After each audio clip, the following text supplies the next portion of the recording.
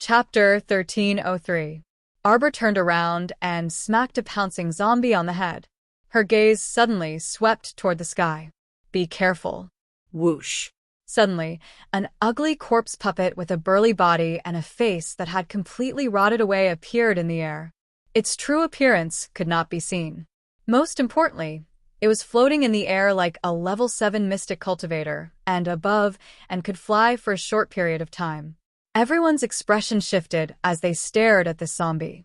With a stern cry, it swooped down from the sky and grabbed a short mystic cultivator from Rice City's operation team with its 2 claws that were like iron pincers. Grabbing this mystic cultivator, who was screaming for help, it flew into the sky. Soon, broken limbs fell from the sky. Several normal people shrunk their necks and hugged their heads as they screamed in horror. A faint chill flashed through Mo Lien's eyes. She pulled Arbor's hand and whispered, "Find a way out with the others first." When Arbor heard this, she was immediately displeased. "Then what about you?" "Don't worry, I'll immediately come over after dealing with the matters here." Seeing her taut face and silence, Mo Lien helplessly chuckled. "Don't worry, you know that no one here can stop me if I want to escape." That was true. Arbor glanced at her. "Hurry and go." Mo Lien squeezed her hand. "Go find a water source with them first. I'll immediately rush over after dealing with the matters here." There were so many zombies, so they couldn't possibly let them out to harm people. Otherwise, the first to suffer would definitely be Rice City. Arbor nodded reluctantly. She turned around and saw Duanyu smiling at her. "Hurry and go. I'll stay behind to watch this punk and see what he's up to." Xiaomu nodded her small head and turned around to lead the large group of people toward the exit of the small plaza. Seeing this, Rice City's rescue team hastily followed. Mo Lien and Duanyu didn't stop them and merely turned to the side to let them pass. When that female mystic cultivator, Callie, passed by them, she glanced at them with a complicated expression before running over with large strides. "Duanyu." "Excellent." Duanyu raised his head in a smile as he repeatedly flicked out several core-ravaging thunders. Mo Lien immediately jumped up, 2 lotus seal whirlpools appearing in his eyes. In an instant, a cluster of the purest black flames between heaven and earth jumped from his fingertips. As soon as this flame appeared, it was as if the great emperor was looking down on the world. The flames that were originally burning on the field dimmed at the same time. The ball of black fire turned into several black lotuses and flew out from his fingers, landing in the middle of the field. The green and red flames that were originally everywhere suddenly merged with the black flames, and then a powerful energy was born. With a tongue sound, all the flames raged. Within the red and green flames, there was a trace of black. Within a few minutes, the corpse puppet that was tainted by the flames was burned to ashes. Not even a trace of ash was left. Duanyu's eyes abruptly bulged, and he quickly reached out to support Mo Lien, who was swaying slightly. "How are you?" Mo Lien shook her head. Duanyu exclaimed in amazement, "You punk, you're incredible. You actually carried a sacred fire, and no one knew." "Stop blabbering. Throw out 2 more. Okay. Duanyu took out the jade Heavenly Thunder and fired out 2 more rounds. Afterwards, he grabbed Mo Lien and pulled him along as they dashed out of the plaza. The 2 of them guarded the exit of the plaza like door gods. As long as they saw a foolish corpse puppet escaping, they would work together to kill it. Chapter 1304. The sacred fire engulfed everything in heaven and earth. Its might was truly too great. Right now, the entire plaza was completely enveloped by the sacred fire. Not to mention the walls and eaves being melted by the sacred fire, it was impossible for the zombies to escape even if they howled. Roar, roar, roar. The flying zombie flew out from the exit in a rage. Its pair of sinister eyes stared straight at Mo Lien from its rotting eye sockets. "It's my turn to shine." Duanyu pushed him aside and rolled up his sleeves to hook his finger at the zombie. "Come, you ugly fellow. Your grandpa Duanyu will make sure you don't leave today." Roar. The flying zombie roared angrily and abruptly swooped down from the sky, wanting to grab Duan again like how it grabbed that short mystic cultivator. What a joke. Can you catch me? Duan blinked his bright eyes and leisurely raised his hands, crossing them in front of his eyes to block. Bang. Black spirit armor gauntlets formed on his hands and were impervious to weapons, instantly repelling that zombie's claws. Let me show you my full-body spirit armor. Duan giggled mischievously. In the blink of an eye, black spirit armor covered his entire body, and he jumped into the air with a whoosh, arriving in front of that zombie. Without any explanation, he smashed a fist at that zombie's head. Boom. His fists were covered in spirit armor and entwined with threads of spirit chi. With a single punch, he immediately knocked the flying corpse puppet backwards and smashed it into the earth wall behind it with a bang. Roar. Roar, roar. That zombie already had intelligence and sensed that the two men in front of it were not to be trifled with, so it actually turned its head to flee. In the blink of an eye, Mo Lian's sacred fire transformed into a black whip that swept over and instantly coiled around the zombie's waist. After a vicious tug, Bang. the sacred fire coiled around the zombie and it crashed heavily to the ground. Clang. After a light sound, a token rolled down from its waist. Duan glanced down, and his expression turned odd. Mo Lian, guess who he is? Jiaozhong City's city lord. Mo Lian leaned against the small dirt wall at the exit and looked at the zombie with a cold gaze. What are you waiting for? Hurry up and kill it. Fine, fine, you heartless guy. Duan swiped his hand, and the raven bone sword appeared in his hand. He abruptly pierced through the head of the struggling zombie on the ground. A mighty wave of mystic energy swept over, and Duan sent that city lord's corpse puppet's head flying with a swing of his sword. He then took out a glowing green crystal core that was slightly larger than a fingernail. It seems to be slightly bigger than the previous undead hags. He muttered to himself and turned to look at him. Suddenly, he grinned at him. Do you think I should kill you now? Then Jojo will be mine. Mo Lian threw him a cold look. Cut the crap. Come and help me. Tisk. Duan turned his head and harumphed. Why aren't you afraid at all? You're even freaking acting like a lord. As he spoke, his body reacted faster than his brain. In a flash, he appeared beside him and supported him. At the same time, he stabbed a corpse puppet with his sword and kicked it back into the square, causing it to spontaneously combust. Hey, don't tell me you were discovered by heavenly law. Duan chuckled gloatingly. Hurry up and go to the upper bound. I will take good care of Jojo. Scram. Mo Lian glared at him. Chapter 13:05. Heh.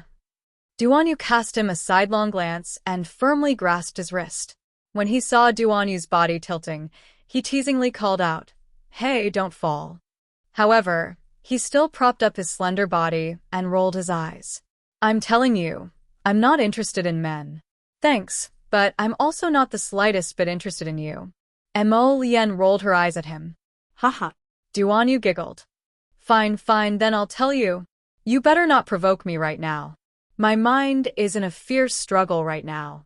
It's very likely that I'll kill you while the moon is dark and the wind is strong. In any case, you're being suppressed by heavenly law right now, so you'll die sooner or later. Mo Lian irritably glanced at him. So long-winded. What are you saying? Duan pursed his lips. Treat me better, punk. You won't do it at all. Because you won't do anything to make her sad. Duan's handsome face stiffened, and he cast him a sidelong glance.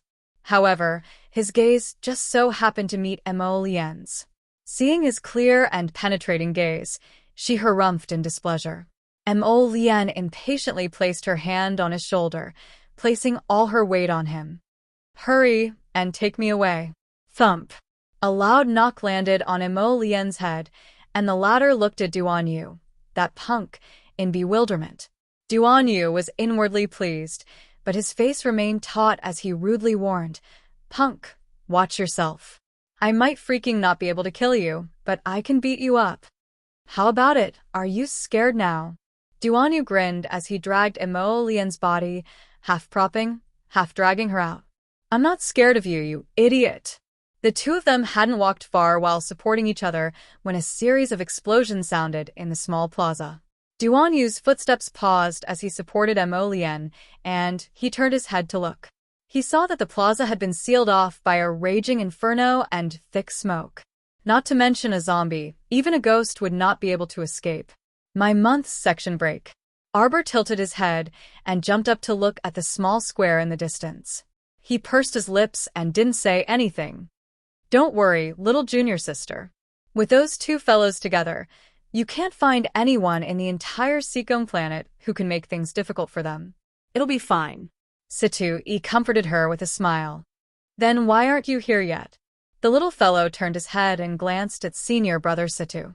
With their cautious nature, they will definitely wait at the exit for a while to see if any corpse puppets escape, Situ said with a smile. Don't worry, junior sister. It will be fine. Senior brother Situ, senior brother Situ. As he spoke, a few disciples quickly ran over from afar. We found a water source. Outside the city lord's mansion. It's at the back of the mountain. Contaminated? Situyi's expression changed as he quickly walked towards them. Yeah, it's completely black. The water looks especially disgusting. Senior brother Situ, senior sister Liang. Little junior sister. Another disciple quickly ran over. We discovered man-made ponds. There are 3 in the entire city. They've all been contaminated? Liang Qingqing's expression darkened at once. Yes, senior sister. That disciple nodded solemnly. Should I bring you over to take a look now? Let's go to the nearest one. Arbor gave the final word. Has everyone returned? Everyone's back. Keep up. Everyone clamored as they followed the 2 disciples leading the way, heading towards the man-made pond. Chapter 1306. Mo Lien had ordered for every fortification to prepare their own pools for the sake of dealing with unexpected situations. She had sent people to guard the water source, but unfortunately, it didn't seem to be effective and was still destroyed. The ponds weren't too big, but they had enough water for daily use. There are a total of 3 ponds like this in the city? Arbor turned to ask the disciple who discovered the ponds. Yes. That disciple nodded repeatedly and walked to the side, while pinching his nose. It stinks like hell. Look at the water inside. It's like mud and filth. Arbor nodded. If they're poisoning the water source at the same time, they'll have to split into several groups to do it. That's right. The 4 water sources are quite far apart from each other, especially the water source behind the city lord's estate. It's a living water source. It's not easy to pollute the entire water source. Where does the water source lead to? Arbor's expression changed. Is it the nearby Rice City? When the Rice City rescue team heard this, their expressions changed. They all started talking at once. What? The stinky water is heading to our Rice City? What should we do? The people of Rice City are still in the dark. Then what are you guys still standing there for? Hurry back to Rice City and report the situation. Arbor glanced at them coldly. His first impression of these brainless people from Rice City was very bad. Rescuing people had to be done within their means. The first thing to consider was the lives of their teammates. Otherwise, if they sacrificed themselves in the rescue, they wouldn't be able to save anyone, and another group of people would die. What was the point of that? Also, did they need to accommodate Dong Shi, who was born to be arrogant and unwilling to cooperate even when they came to rescue you? If they didn't want to die, they could just scram. They came to rescue them because of morality. As a person, they had to know their place. The female mystic cultivator named Callie shouted with a dark face, "There are still many zombies nearby. Our team only has 12 people left. We don't have enough strength to break through." That's something your team leader has to consider. Arbor looked at her indifferently. Let's check out the other water sources. Everyone in Rice City's rescue team had ugly expressions on their faces. After Arbor and the others moved, they also moved forward. Because he really didn't know what he could do now. If they didn't run with the other teams, with the little fighting power of their defeated team, if they were to be surrounded by zombies again, they wouldn't even be enough to fill the gaps between the zombies' teeth. When everyone moved to the next dried-up and smelly pool, a mystic cultivator in the back suddenly shouted, "You're not that one. Don't run." Arbor heard the sound and turned around, only to see a ghostly shadow brush past the ruins of the earth wall and suddenly jump into a dilapidated house. He's just pretending to be mysterious. Arbor flashed past, and Situ-E, Liang Qingqing, and the others followed suit. Wait. Carly stretched out her hand to stop her teammates. She raised her eyelids slightly and said, "It might be dangerous. Let's not go over there. Just wait here." Arbor's group jumped into the dilapidated house and chased after him. There was a big hole in the backyard of the house. Like a big mouse, the man slipped out of the hole. Arbor waved his hand, and half of the earth wall crumbled to the ground with a crack. Narrowing his eyes, Arbor said softly, "Your invisibility talisman won't work." With that, he flung his hand, and several silver needles flew over. This time, there was nothing to hide behind, and a grunt came from the corner of the wall. Chapter 1307. A female mystic cultivator exclaimed in surprise. "Aren't you that? That Jiaozhong Fortification's second manager, Lu Yuan? Why are you here, brat?" Brother Axe strode forward and was just about to grab Lu Yuan's hair when he heard Arbor shout, "Be careful." He retracted his hand, and a short red-eyed zombie darted out from the side and viciously bit the heavy armor on his arm. "It's that child. The city lord's estate's young sir. Heavens, he's really zombified." Everyone hastily came to his rescue and flung the little zombie into a corner with several bursts of mystic energy.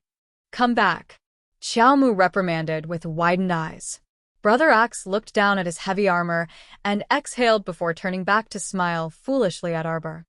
"It's fine, Suddenly, a barbed tongue shot out from the little zombie's mouth and went straight for Brother Axe's mouth. Brother Axe's entire body was covered in heavy armor, only his mouth and eyes exposed. In his panic, he sent out a burst of mystic energy and missed the wriggling tongue.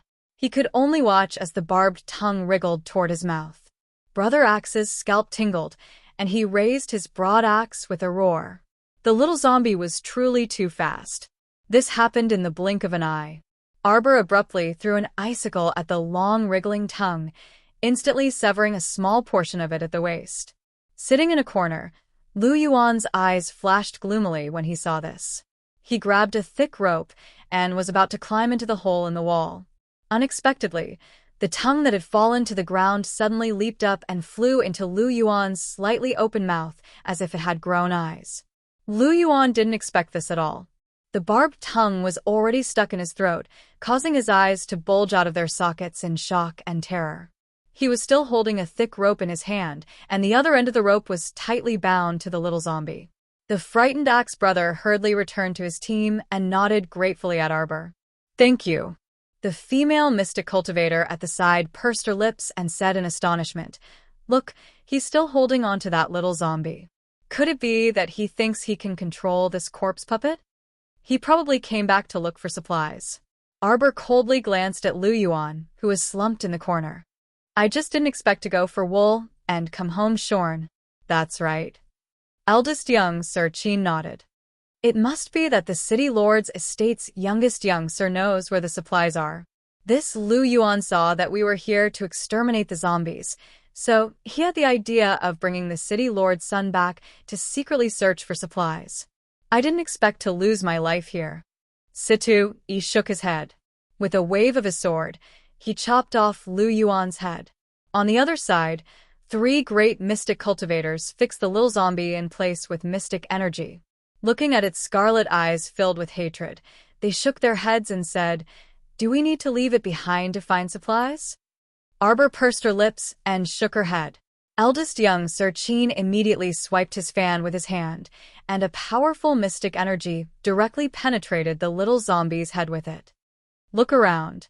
There's probably an underground granary here," Arbor said softly, suddenly losing interest in talking. "Jojo, what's there to be unhappy about? Even if we don't kill these monsters, we can't just wait to be killed by them." Eldest Qin winked at her.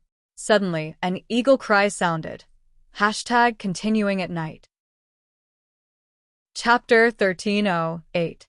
Arbor was crouching on a mound of earth with his small chin in his hands. Besides eldest Qin's long-winded chatter, many team members were also chattering. No wonder this Lu Yuan acted so strangely earlier. Even if the city lord's estate's youngest young master would turn into a zombie, he still insisted on keeping him by his side. Truly, one's own selfish desires harmed one's own life. The one who suddenly appeared in the tunnel just now was this Lu Yuan, right? He's the most familiar with the city lord's estate's geography. I wonder how His Highness the Crown Prince is doing. Do you guys think that the underground storehouse is still at the end of the tunnel? When he heard the hawk's cry, Arbor reluctantly raised his small head. An enormous black shadow swooped down from the sky. Qin Xian suddenly flew up and grabbed Arbor to dodge to the side. Who is it? Situ Yi, Liang Qingqing, and the others all rushed forward, as if they were facing a great enemy. They saw a huge six-winged hawk swooping down in the air.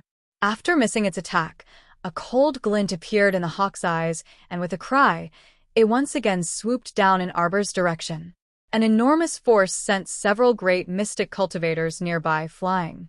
Qin Xian's cold eyes narrowed. Just as he was about to attack, he was pulled back by Arbor. I'll take care of it myself. What the hell? Did he think he was the ruler of the sky just because he was sitting on a hawk? Get down. Arbor pulled out a green vine whip and swung it straight up. After a whip mark, one of the 4 people sitting on the 6-winged goshawk, a young man among them, let out a soft cry of surprise.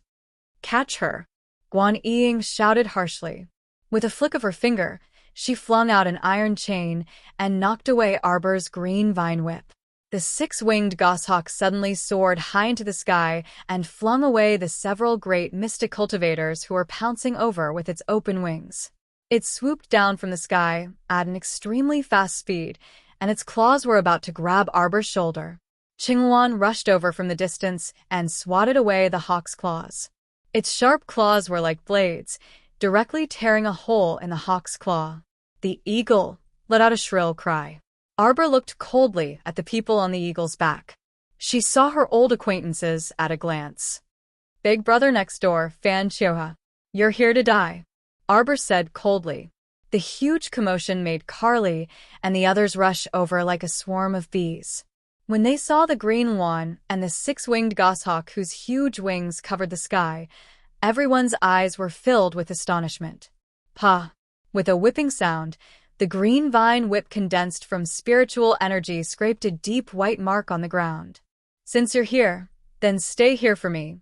Arbor leaped up onto the back of the blue one and glared coldly at the 4 people on the eagle's back. Hee. Little girl, you sure talk big.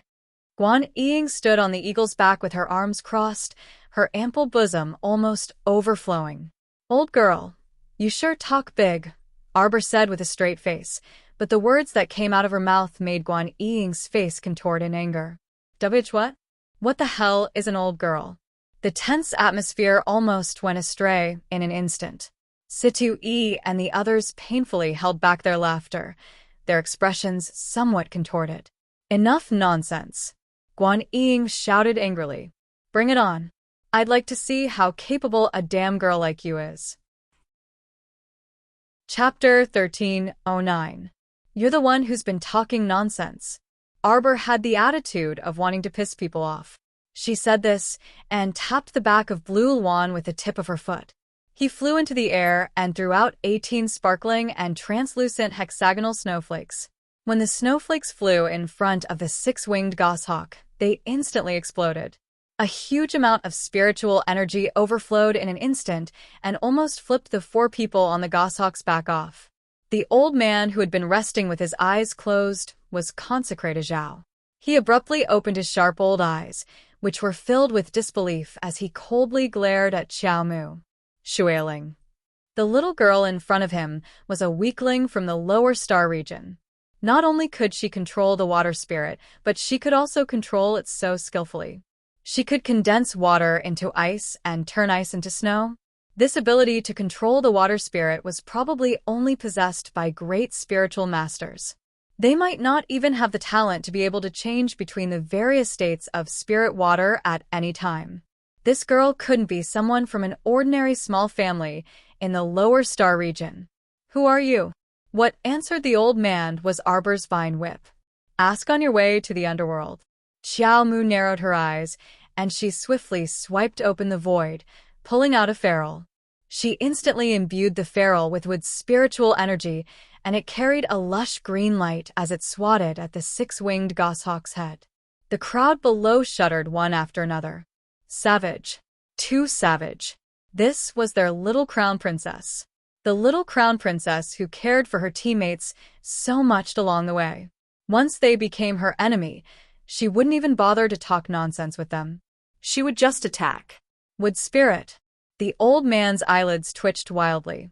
He hurriedly threw out a spiritual energy shield and covered the people on the goshawk's back. Boom! Under the huge force, the six-winged goshawk couldn't stabilize its body and fell straight to the ground. Seeing this, Blue Luan, who cooperated well, immediately rushed over and spat out a mouthful of ice that had been stored up for a long time. It shot straight toward the six-winged goshawk's head. Roar! The six-winged goshawk dodged a few icicles, but it couldn't dodge all of them.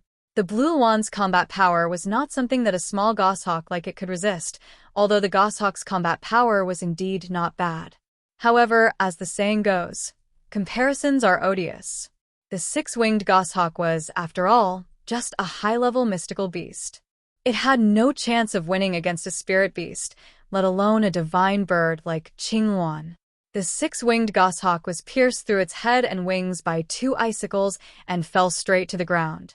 Arbor stood on the back of the Blue Luan and circled around them. His eyes were cold as he looked at them. Cough, cough, cough. Guan Ying choked on a mouthful of dust, her eyes filled with disbelief. The little girl that he thought he could easily deal with a flick of his finger was actually controlling the water spirit and the wood spirit? Are their eyes playing tricks on them? Who the hell are you? Guan Ying's eyes flashed with a hint of surprise. She even began to think of retreating. They had been rash this time, coming here to humiliate themselves without understanding the situation clearly. But even if they retreated now, they had to see if the other party was willing to let them go. Pundit Zhao's old eyes narrowed sharply. Were you the one who killed Pundit Li and Gong Yang in the Mystic Beast Forest? The life lantern miniatures that Pundit Li and Gong Yang sent back were extremely blurry. Both of them were in the thick fog of gunfire explosions. Chapter 1310. At that time, he could only see a blurry white beast. In Pundit Zhao's view, the slender figure next to the beast was increasingly similar to the crown princess in front of him. So, it's a few fish that slipped through the net from Ani Prefecture. Arbor raised several streams of water and shuttled them back and forth between his fingers. Kill them. Arbor's figure moved, and he was the first to pounce at Pundit Zhao. Qingluan let out a shrill cry and pounced at the young man from Ani Prefecture. As for the little fat squirrel that suddenly appeared, it rushed towards Guan Ying with a whoosh. Although Guan Ying was a bit scared, she felt abnormally angry when she saw a little fat squirrel daring to bare its fangs and brandish its claws in front of her. Before she could curse "little bastard," Pundit Zhao's shout suddenly sounded in her ears. "Ying, be careful." Guan Ying's scalp exploded as she instantly sensed a dangerous aura assaulting her. She promptly made a decision and rolled on the ground, seizing a sliver of time to dodge a large, furry tail. Boom. Ah. All the hairs on Guan Ying's body stood on end. When she opened her eyes and focused, she saw a squirrel the size of a small mound standing in front of her and blinking cutely at her. But in the next second, its movements weren't the least bit cute. Its straightened tail was like a large club as it ruthlessly smashed at her again. Bang. Bang bang. Guan Ying could only roll on the ground to dodge the attacks. She had no choice but to dodge the attacks. She squatted up with great difficulty and threw out several mystic energy bursts, but they were all blocked by the fat mound squirrel's claws in the first instance. Its claws looked white and soft, yet they could actually block a level 1 spiritual cultivator's attack. Sweat gradually appeared on Guan Ying's forehead, and her pupils abruptly contracted as she felt a strong sense of fear. Today she had kicked an iron plate. On the other side, Pundit Zhao also gradually felt a sense of pressure in the battle. Arbor used an aura-concealing talisman, so in Pundit Zhao's view, he was a small level 9 mystic cultivator. But the combat strength of this girl in front of him made him break out in cold sweat. Not only did she summon 2 mystic beasts, her own strength was far from what a level 9 mystic cultivator could compare to. Arbor waved her hand, and 5 streams of water flowed along her fingertips. With her current level of control over water, she could only control such a thin stream of water. It was fine to deal with ordinary people, but it seemed to be a little weak against this old ghost. She covered her hands with the Vajra amulet and pounded her fists on the old man's chest. Boom, boom. 2 strikes landed on the other party's defensive barrier. Consecrator Zhao's complexion actually turned slightly pale. Great ape! Xiaomu blinked her eyes, following which she shouted. Consecrator Zhao's body suddenly tensed up. He felt a terrifying aura coming from behind him. When he turned around to look, the back of his head was heavily smacked by a furry claw. He was immediately stunned. He staggered and fell forward heavily. He stared at the girl in front of him. Her eyes flashed with a cold, demonic light. She raised a black ferrule with both hands and struck it fiercely at his head. Buffed. Attacked from the front and back, Consecrated Zhao was heavily injured, and his aura instantly withered. You still dare to be absent-minded while fighting me? Arbor curled her lips and sneered. Everyone from Ani Prefecture deserves to die. Arbor waved her hand and sent 5 icicles into the other party's body. Chapter 1311. Consecrated Zhao. Guan Ying's eyes were bloodshot as she stared blankly at the little crown princess killing Consecrated Zhao on the spot. But there was nothing she could do. She couldn't even protect herself and was powerless to stop it. Roar, roar, roar. The large ape patted its chest, looking like it was asking for praise. Xiaomu cast a sidelong glance at his hairy and silly grinning face and harumphed. You're still under observation, so be careful. The large ape's head immediately drooped down, revealing a pitiful look. At this time, Guan Ying and the other young man were completely panicking when they saw Consecrator Zhao's miserable state. Guan Ying exchanged a look with the young man, then suddenly took out a talisman from her arms. Arbor's sharp eyes noticed that it was a teleportation talisman. He immediately pounced over and reached out to grab it. Guan Ying and the young man had already activated the talisman and teleported away. Fan Xiuhe was extremely cunning. When Arbor was fighting with Consecrated Zhao, he had already sneaked away when no one was paying attention. Arbor's eyes flashed, and he took out a teleportation talisman from his fingertips. As eldest Qin shouted, "Jojo, don't chase." Arbor's figure disappeared with a whoosh. Qing Wan and the fat squirrel looked at each other, then suddenly jumped up, shouted, "Master," and chased forward. The large ape scratched its head. Its arms thumped against the ground, and it hurriedly chased after Qing Wan on all fours. After Arbor teleported twice, he realized that Guan Ying and the young man were not in front of him at all. He was instantly unhappy. This teleportation talisman was a little tricky. When he teleported out, he couldn't grasp the distance and direction. Everything depended on his face. She was standing beside a pool of sewage. She had inspected this place with her teammates before. At that time, she didn't do anything when she looked at the sewage in the pool. Now that she was standing here alone, she couldn't help but think. She could clearly smell the rotten stench in the pool. She covered her nose, and her eyebrows moved slightly. A small stream of water flowed out from between her fingers and suddenly slid into the pool. After the water was sprinkled in, a small layer of ripples appeared on the surface of the pool, and a mass of green and clean water wrapped around the filth in the pool. This circle of water wrapped around the stinky water and slowly became sparkling and translucent. In the blink of an eye, the improved water was swallowed up by a large area of dirty water. Arbor squatted beside the pool and said to himself, "It seems that it's not impossible to improve. If Dian was here, she could probably restore this place to its original state with a wave of her hand. With just a few small streams of water in her hands, she definitely had no chance." Thinking of this, she felt a little excited. What did this mean?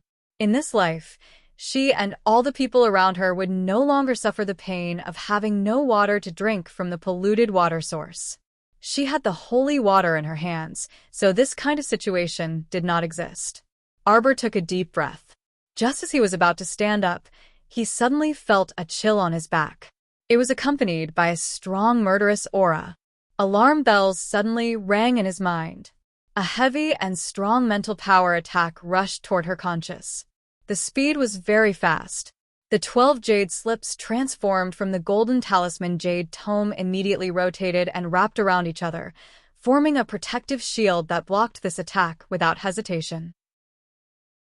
Chapter 13:12. But Arbor still felt a slight prickle in his head.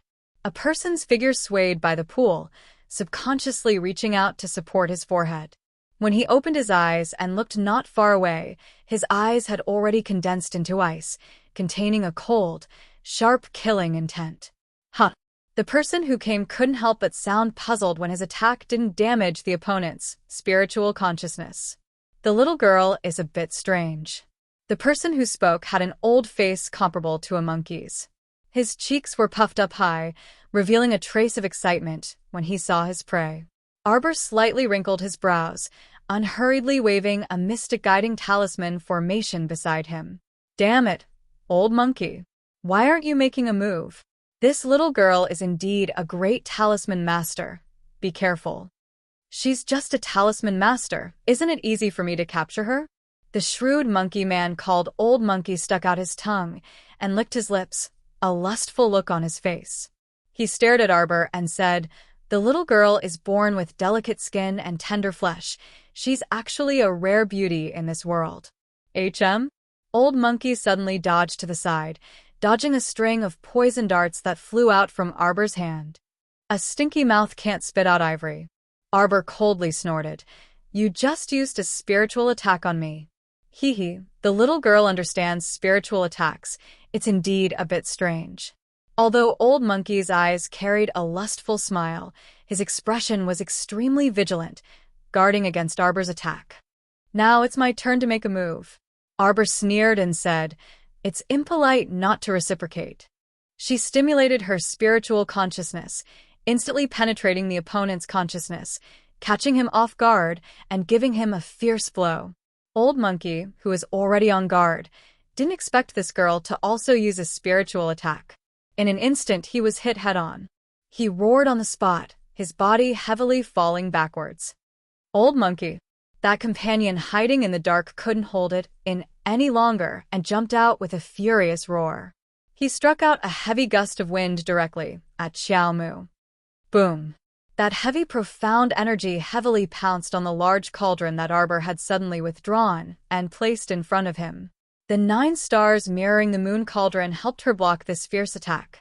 Although Arbor was hiding behind the cauldron, he felt a little uncomfortable. Because of this collision, his internal organs seemed to have been forcefully shifted a few inches, and his chest felt stuffy and uncomfortable. Although her cultivation as a mystic cultivator had increased, her body still needed to be tempered. If her body wasn't strong enough, she would suffer in battle like now. The earth spirit rolled out. Under Old Monkey's slightly shocked gaze, he quickly retreated. Layers of soil piled up under their feet, forming an earth spirit barrier. Old Monkey and his companions were slightly shocked, and the barrier collapsed and fell down on them.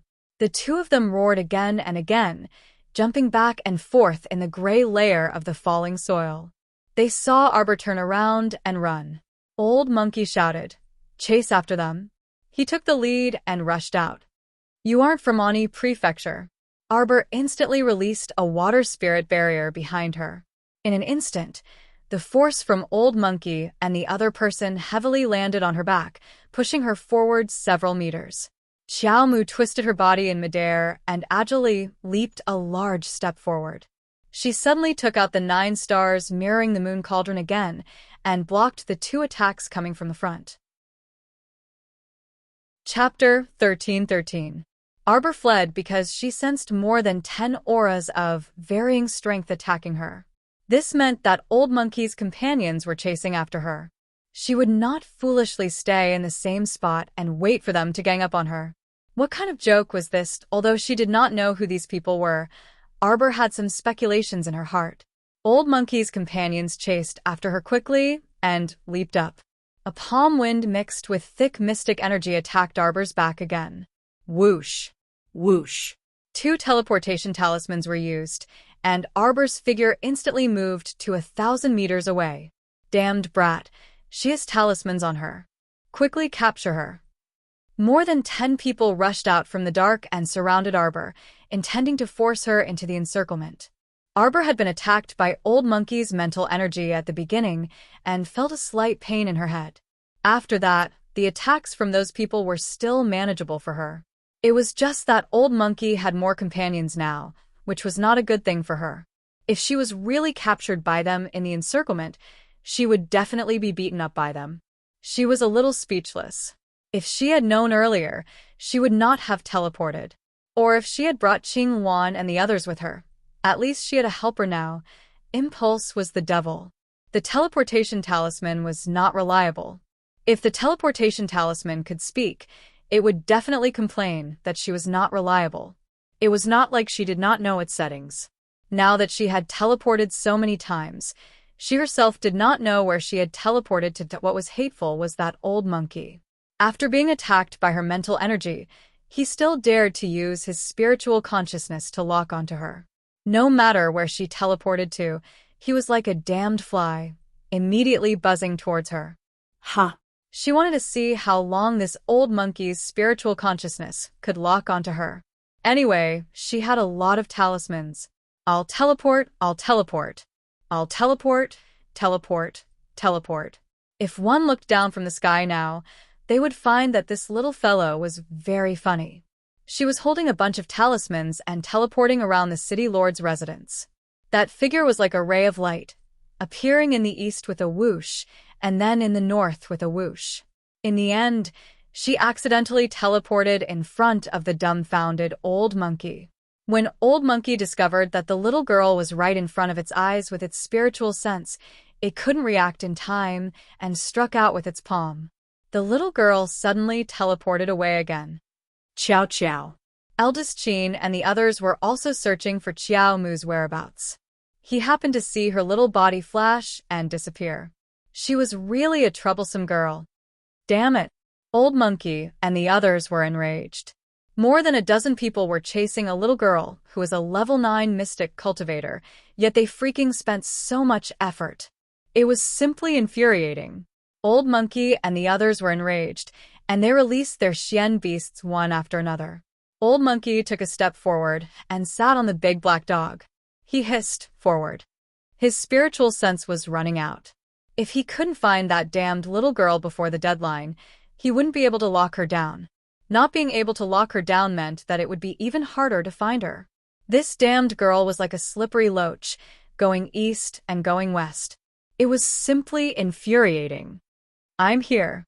Qiao Mu roared, and she stuck another teleportation talisman on herself, leaving eldest Qin and the others, who were chasing after her, in the dust. Situ Yi's mouth twitched, and he couldn't resist rolling his eyes. I think that girl is having a lot of fun. What's going on? Liang Qingqing was exasperated. Are we still going to continue chasing? Chapter 13-14. After her, Situ Yi said with a nod.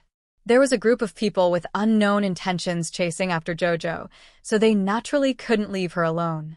Student Arbor teleported in a big circle and sighed, feeling somewhat disappointed and frustrated. As expected, this teleportation talisman teleported randomly. She had tried teleporting so many times, but the location was never the same as before. Honestly speaking, she felt a little dizzy from the teleportation. Lousy talismans. Arbor put away a handful of talismans and stayed where she was. She calmly looked at Old Monkey's 2 companions as they ran toward her with malevolent expressions. These 2 people were both riding a gale wolf. She didn't know if they were uniformly equipped by the higher-ups. This kind of gale wolf was the most common mystic beast. Its specialty was that it ran fast and generally didn't have high attack power. Arbor winked at the 2 people mockingly. With a slight movement of her fingers, an imperial thunder barrier enveloped the 2 people. Old Monkey, who was chasing over on a large black hound, shouted in alarm when he saw this from afar. "Get out of the way."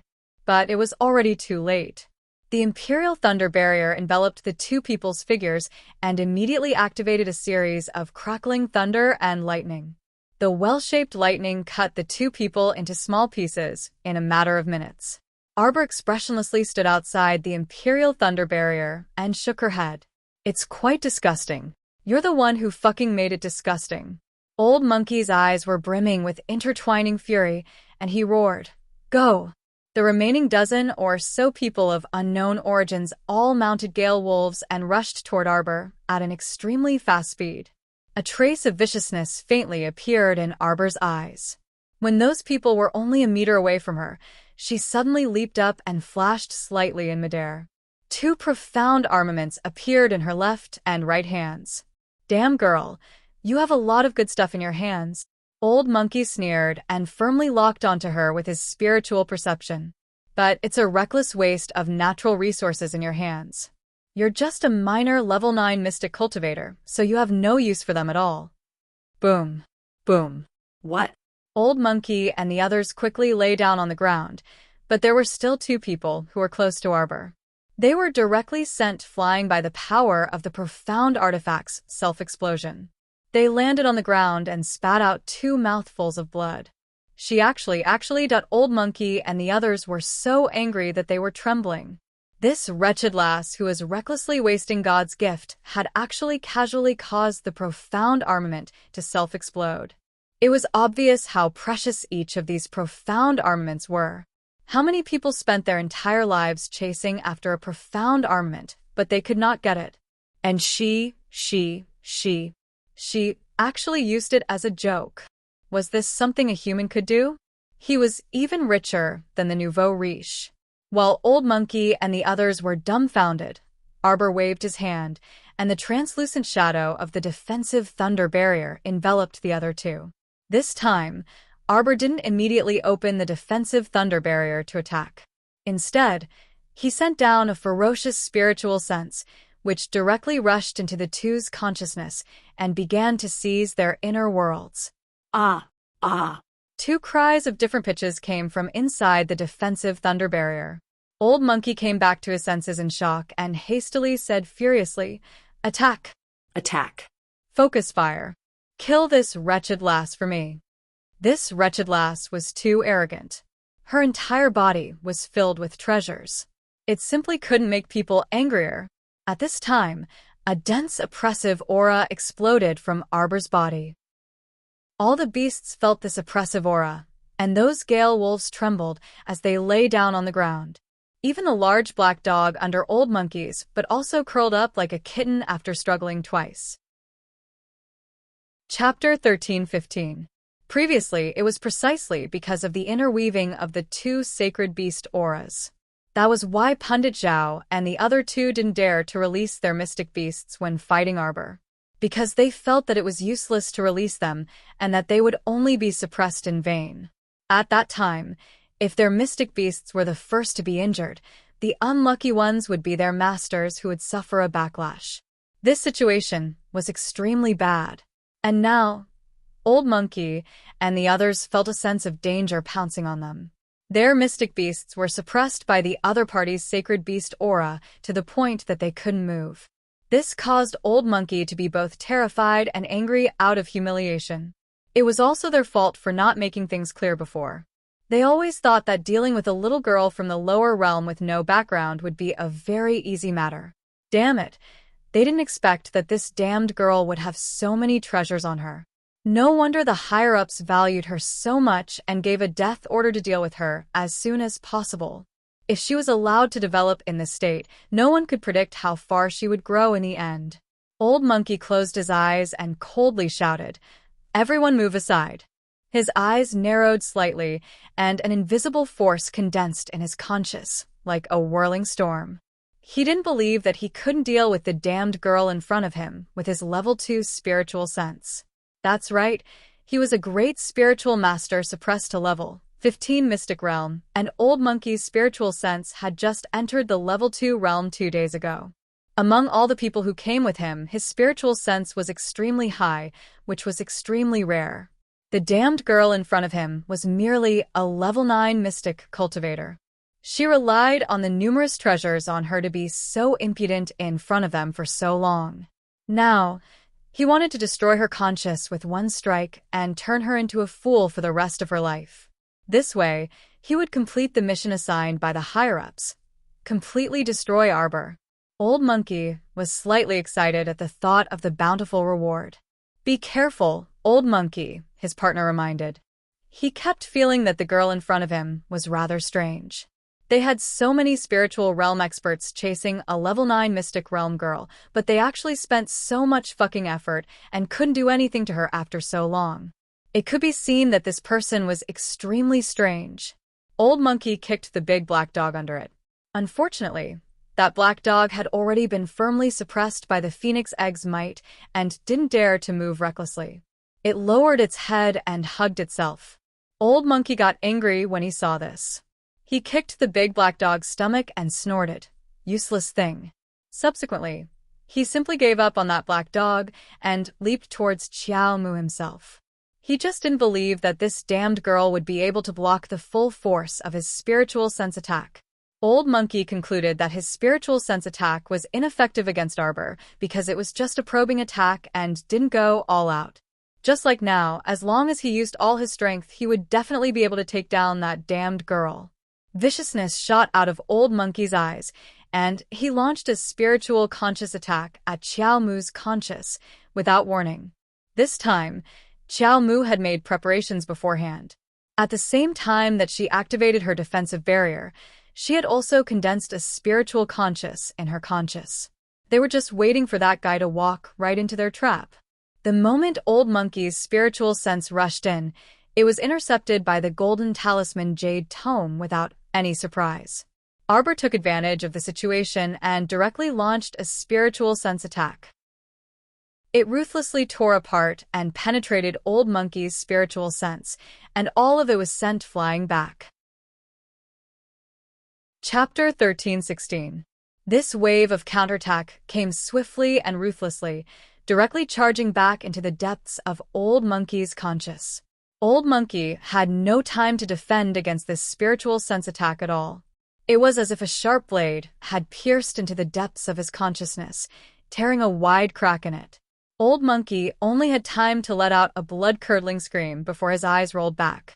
He then fell backward and crashed heavily onto the ground. This spiritual sense attack was clearly more ferocious than the previous probing attack. Arbor also slowly grasped the crux of spiritual sense attacks from this. This vulgar man called Old Monkey would probably discover that he had completely turned into an idiot when he woke up. A small shrimp with level 2 spiritual sense dared to attack her. Humph. She had level 3 spiritual sense. Crushing a small level 2 was too easy. Old Monkey suddenly fell to the ground and fainted, frightening the others. They simply didn't dare to believe that Old Monkey actually fell just like that. Their gazes toward Arbor also carried a trace of bewilderment. Truly strange. Old Monkey's mental strength could be considered top-notch among them. An expert with level 2 spiritual sense was actually knocked down by a small level 9 mystic cultivator's mental attack. Who would believe this if they told others? Old Monkey's partner immediately bellowed in his daze. Everyone, pay attention. This lass isn't some level 9 mystic cultivator at all.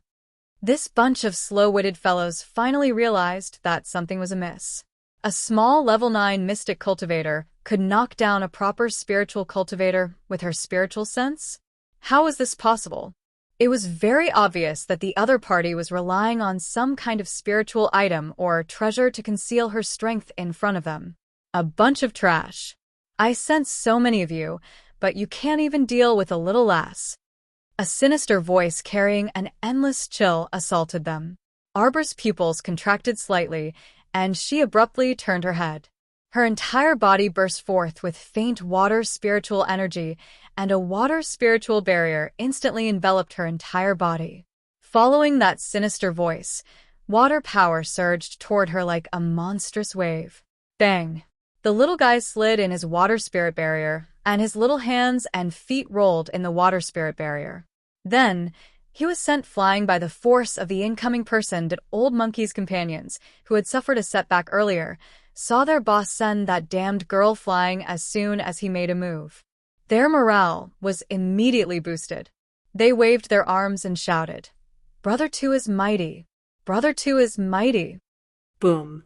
Xiao Mu was struck headfirst by that sky-toppling wave, and she was buried in a shallow pit with the water spiritual barrier over her head.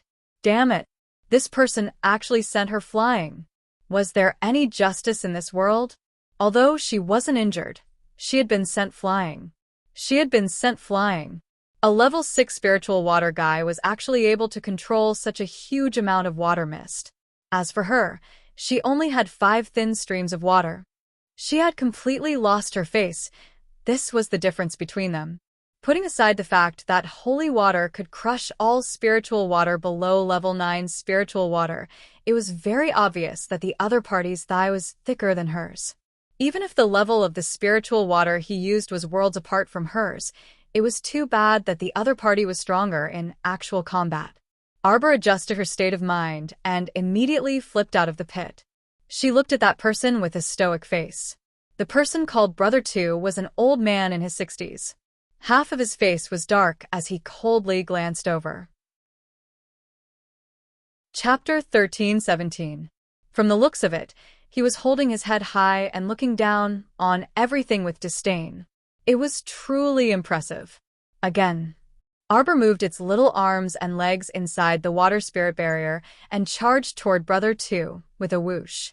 How can the light of a grain of rice compete with the brilliance of the sun and moon? With one hand behind his back, Brother Two fiercely struck out a palm at Arbor. A monstrous wave surged out from the center of his palm. It was truly an extremely powerful water spirit energy. Bang! The little fellow was once again hit by this huge wave. It somersaulted inside the water spirit barrier and was once again sent flying. It fell headfirst into another shallow pit. Our dear Xiao Mu's leg swayed. With a push of her hands, she immediately turned around and charged toward Brother Two again. Hey, can I ask? Bang. How can the light of a grain of rice compete with the brilliance of the sun and moons? Hey, can I? Bang, bang. How can the light of a grain of rice compete with the brilliance of the sun and moon? Hey, can I? Bang. Huff, huff, huff. Brother Two bent over and panted heavily. When Eldest Jean and the others finally found Arbor, they saw this strange scene. There was a semicircle on the field. The little fellow was clearly fighting against a dozen people, but the situation was somewhat strange. Those dozen people looked as if they had eaten feces. Their faces were the yellow color of feces. As for the old man standing in the middle of the semicircle, his face was as white as a sheet of paper, and he was panting heavily through his nostrils. Fuck, when you struck out with the same palm 13 times in a row and said the same sentence, light of a grain of rice, and the little person you regarded as an ant was still alive and kicking inside the water spirit barrier, you suddenly felt that life was hopeless. When this Brother Two looked up and saw Arbor bouncing toward him while encased in the water spirit barrier, he couldn't help but raise his palm out of conditioned reflex. This slap actually didn't produce any spiritual energy. Fuck, his spiritual energy was exhausted. He had already drunk 2 bottles of spirit-returning liquid. This kind of spirit-returning liquid was sold at an extremely high price in the 6 prefectures. After drinking 2 bottles in a row, he touched his pocket and found that there was nothing left. Hey, let me finish what I want to say. Arbor finally found a chance to speak. Was there something wrong with this guy? He had tried to say a few words to him several times, but in the end, he was sent flying as soon as he tried. She squatted inside the water spirit barrier and raised one of her small white hands in a slightly distressed manner, allowing 5 streams of water to drill between her fingers like thin snakes. Hey, big bro, let me ask you something. As soon as Arbor opened his mouth, Eldest Jean's group couldn't help but twitch their mouths. How did you cultivate your water spiritual energy to such a large extent? Tell me, why is my water spirit so small? She asked in distress. If Dian Dian was awake, She could rely on Dian Dian to support her and use a big move like water curtain shrouding the heavens, but it could only be used once. She couldn't even create a decent water ball by herself.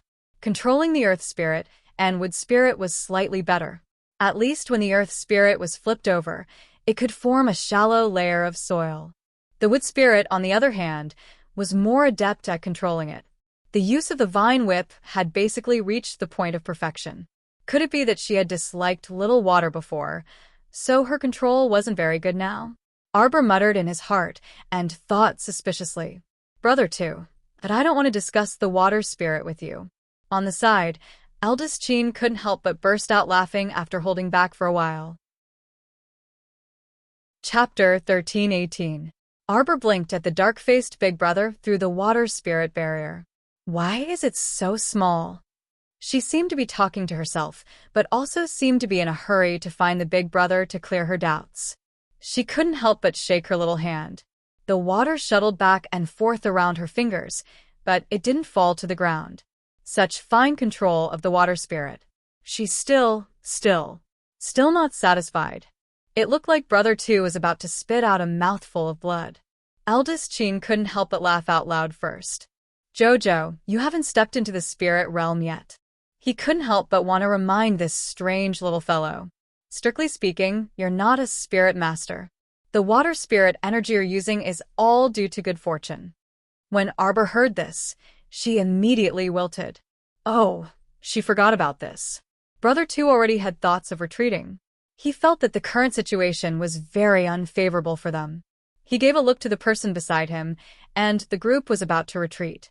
Arbor suddenly rushed up and threw a punch of mystic energy at Brother 2's head. Brother 2 narrowed his eyes and crossed his fists in front of him to block. The mystic energy collision caused his entire body to sway slightly, but he didn't move at all. Of course, with his level 4 spirit master cultivation, he didn't fear the little fellow's mystic energy at all. How can an ant move a big tree? Brother 2 sneered. Consider yourself lucky today. I'll let you off. Bang. He crossed his fists again, blocking the little fellow's fists flying at him at a rapid speed. How can an ant move a big tree? Bang. How can an ant move a big tree? Brother 2 staggered back 3 steps, his face flushed red. Fuck, are you done yet? Everyone. Why did they feel this was inexplicably funny? After Arbor's 3 punches forced Brother 2 back several steps, she took a deep breath and unceasingly transferred the mystic energy in her branch meridians. She once again threw punch after punch at Brother Tuesday. Every punch was wrapped in level 14 mystic energy. Bang, bang, bang. She threw them at Brother Tuesday. You hit me 13 times before, so I must return 26 punches to you. Courtesy demands reciprocity. Dong, dong, dong, dong, dong. A gust of wind from the fists was like a shadow, exploding like thunder and lightning. Everyone could only see the fists falling down like raindrops. At first, they could still see the little person twisting and turning inside the water barrier, jumping up and down. Following the heavy fist shadows, strong winds blew, and everyone was horrified to find that they couldn't even catch the trajectory of her movement.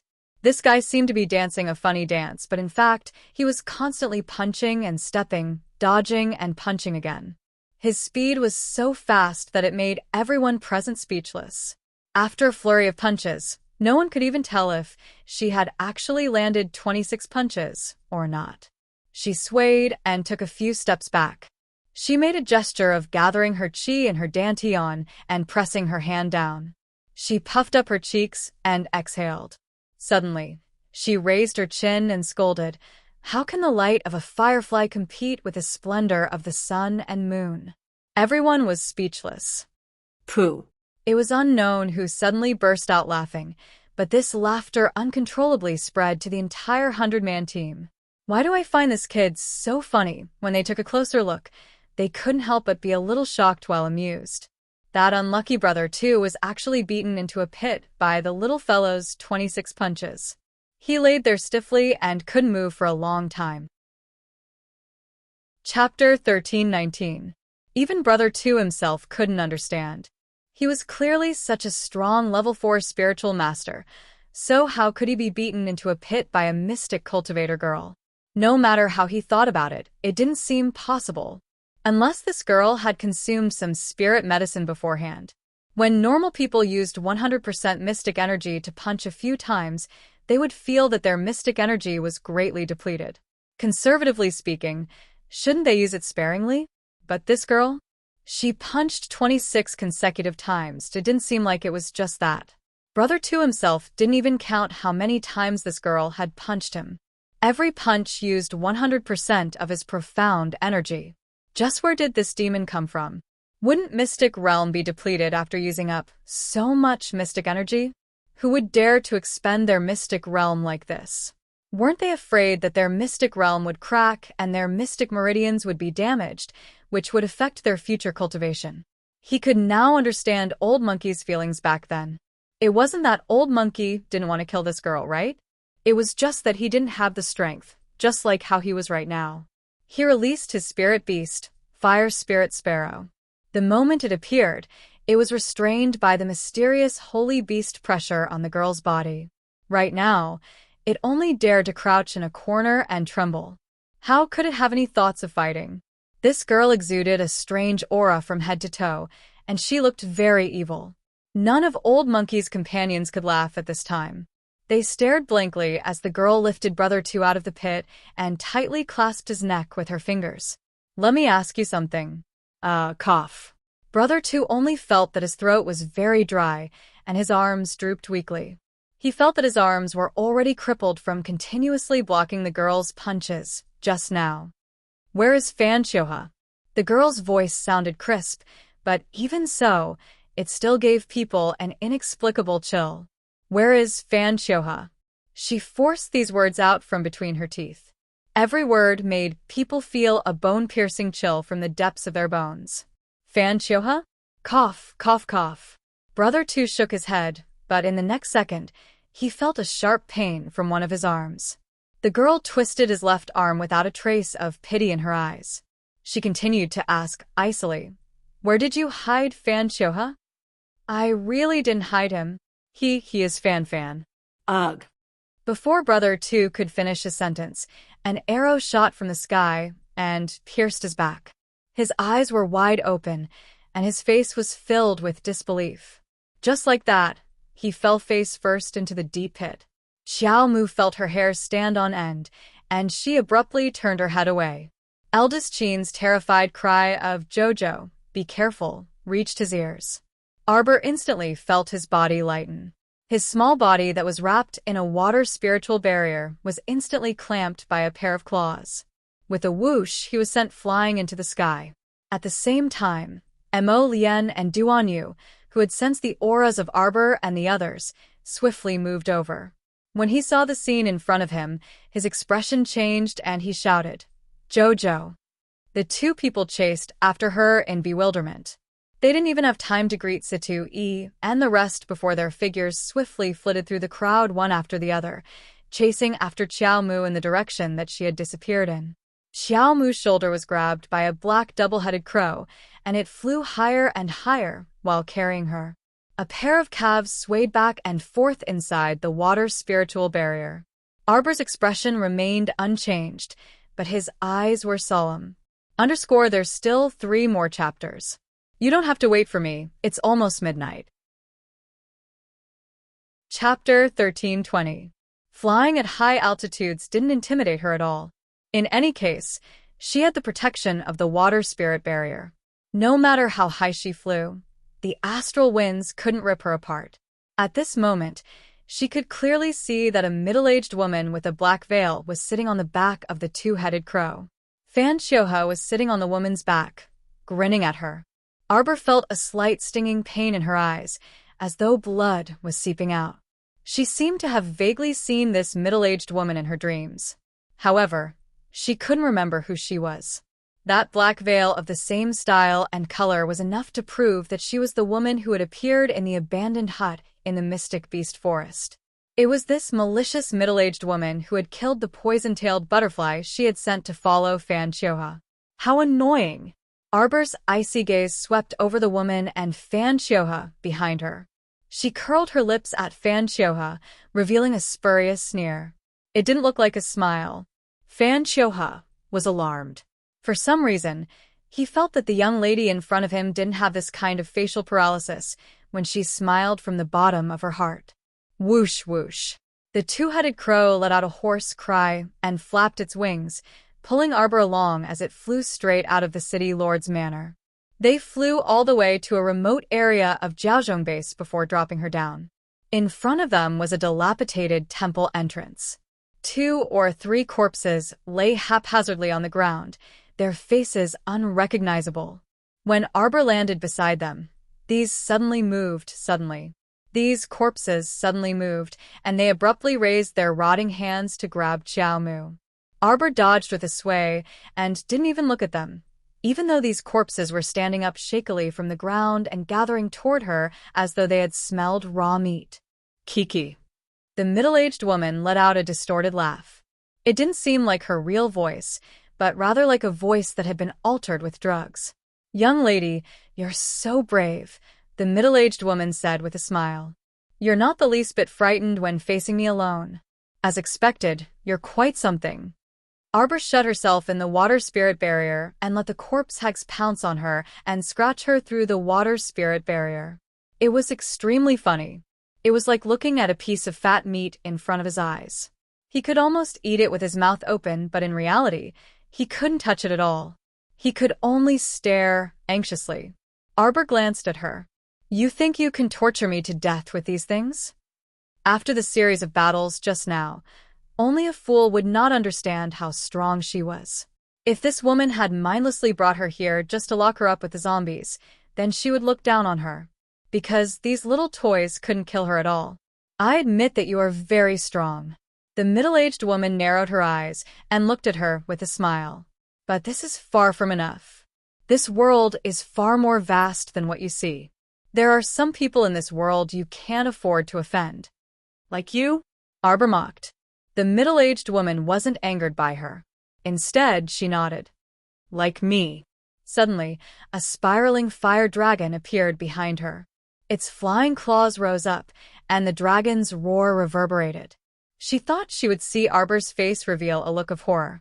However, how could Arbor, who had seen the physical golden dragon true body, be intimidated by a mere virtual fire dragon? Chapter 13:21. She only swiftly covered her body with layer after layer of water spirit shields. When 4 layers of water spirit shields covered her body, a layer of agitation appeared in Fan Qiuhe's eyes. "Her body is very strange. Capture her alive." "Still want to capture me for research?" The corner of Arbor's mouth cracked into a sinister smile. In the blink of an eye, he moved ahead of the others. She ferociously punched out with her level 14 mystic energy and conveniently swiped out that feral. A line of fire followed. But in reality, she was only stalling for time. The current situation was rather dangerous. The woman in front of her should be a great spiritual master. Compared to that level 4 spiritual master brother too, her aura was more than just a little bit stronger. The middle-aged woman was very strong. However, she would never admit that she was weak. The world was so big that it was hard for us to imagine it.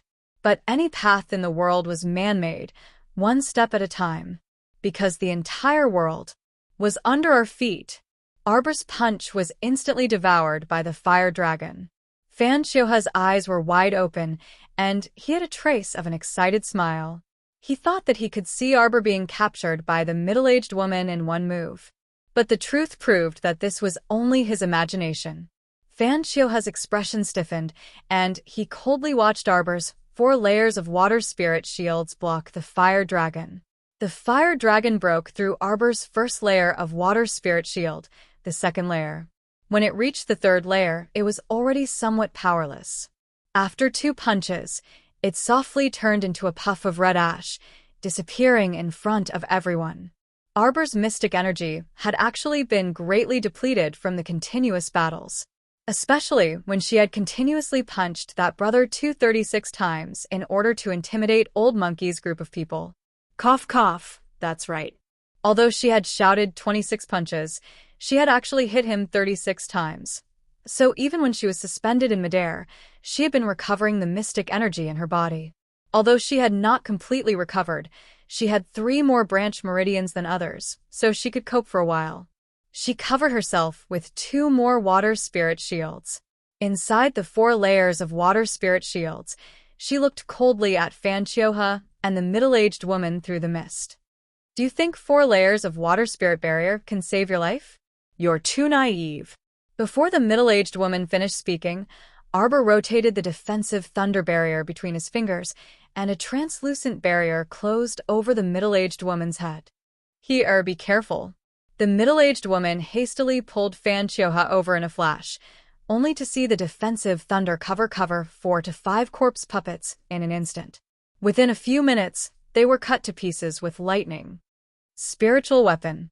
A trace of astonishment flashed through the middle-aged woman's eyes, but it only lasted for a second. An even thicker fire dragon appeared behind him, and a feathered fan appeared in his hand. With each flap, the thick fire dragon behind the woman seemed to have grown a little bigger. This should be a spirit artifact that boosts profound skills. Arbor's eyes flashed. He grabbed a vine as thick as a finger and held it tightly in his hand. This woman was going to use her ultimate move. The middle-aged woman let out an angry roar. She raised her hands, and that fire dragon actually split into 2. With an unstoppable momentum, it charged in Arbor's direction. Arbor's pupils contracted. He wanted to dodge, but he found that his body was locked onto by the woman's spiritual sense, and he couldn't move at all. Chapter 13:22. This woman's spiritual sense should be about the same as hers, or maybe even half a level stronger than hers. This was the advantage of having a strong spiritual sense. It could lock onto the target immediately and prevent them from moving an inch. Of course, this required a lot of spiritual sense and full concentration. In a battle, it also required a lot of spiritual sense to lock onto the target continuously. Just like now, Arbor wanted to move, but the middle-aged woman locked onto her and didn't let her move. Then, in the time it took to take a breath, 2 fire dragons rushed in front of her side by side. They crashed into her water spirit barrier with a loud bang. She was hit by a wave of air and fell backwards on the ground. She could clearly feel the water spirit barrier resisting the 2 fire dragons, making scraping sounds. Chi-Chi, the first water spirit shield cracked from the middle and collapsed in an instant. Then the second, the third, the fourth. Xiaomu used her spiritual conscious to barely undo the middle-aged woman's spiritual conscious lock and dodged to the side. Although she swiftly conjured up a water spiritual barrier, the left side of her waist was still struck by one of the fire dragon's tails before she could do so. A huge force instantly sent her flying. The black double-headed crow was like a king looking down on all living things. It suddenly opened its mouth and let out a mute sound wave attack. When Arbor came into contact with this sound wave at close range, her water spirit barrier immediately shattered with a bang. A trace of blood fell from the corner of her mouth. Arbor didn't have time to wipe it off. She threw a wood spirit barrier at her and dodged to the side. After 2 attacks, she actually didn't kill this stinky girl on the spot. A trace of anger and dissatisfaction flitted through the middle-aged woman's eyes. She immediately swung her sleeves and launched the 3rd fire spirit barrier attack. This damned girl set up 4 layers of water spirit barrier each time. Could it be that she didn't use up any spiritual energy? Mystic Guiding Talisman Array. Arbor shouted angrily. Don't let her use the talisman. Fan Chioha's eyelids twitched. The moment Arbor set up the Mystic Guiding Talisman Array, she took out a bunch of talismans without even looking. She opened them all in one breath and threw them in the direction of the middle-aged woman. Blue attack talismans. There were a total of 30 to 40 blue offensive talismans, and each talisman had 70% of the owner's profound strength. Although it was not enough to injure the woman, it was enough to block her and buy him some time to catch his breath. There were zombies everywhere, within a radius of dozens of miles. If he used the unreliable teleportation talisman, he would not know which corner he would teleport to. Arbor gritted his teeth and was about to use a teleportation talisman to teleport away. Suddenly, he saw the middle-aged woman shout angrily and emerge from the dozens of talismans, glaring at him with a red face. With a flick of her finger, 2 objects the size of glass beads appeared in her hand. Arbor's eyelids twitched. Could it be that this was a level higher than the profound energy bead? Spiritual energy bead? They were condensed by spirit masters when they were idle and used their spirit chi to deal with unexpected situations. These 2 spiritual energy beads contained an enormous amount of power. Even Arbor didn't dare to brace himself. What kind of joke was this? Although her spiritual sense was high, her cultivation had yet to break through to the spirit realm. Her physical body was even more pitifully weak.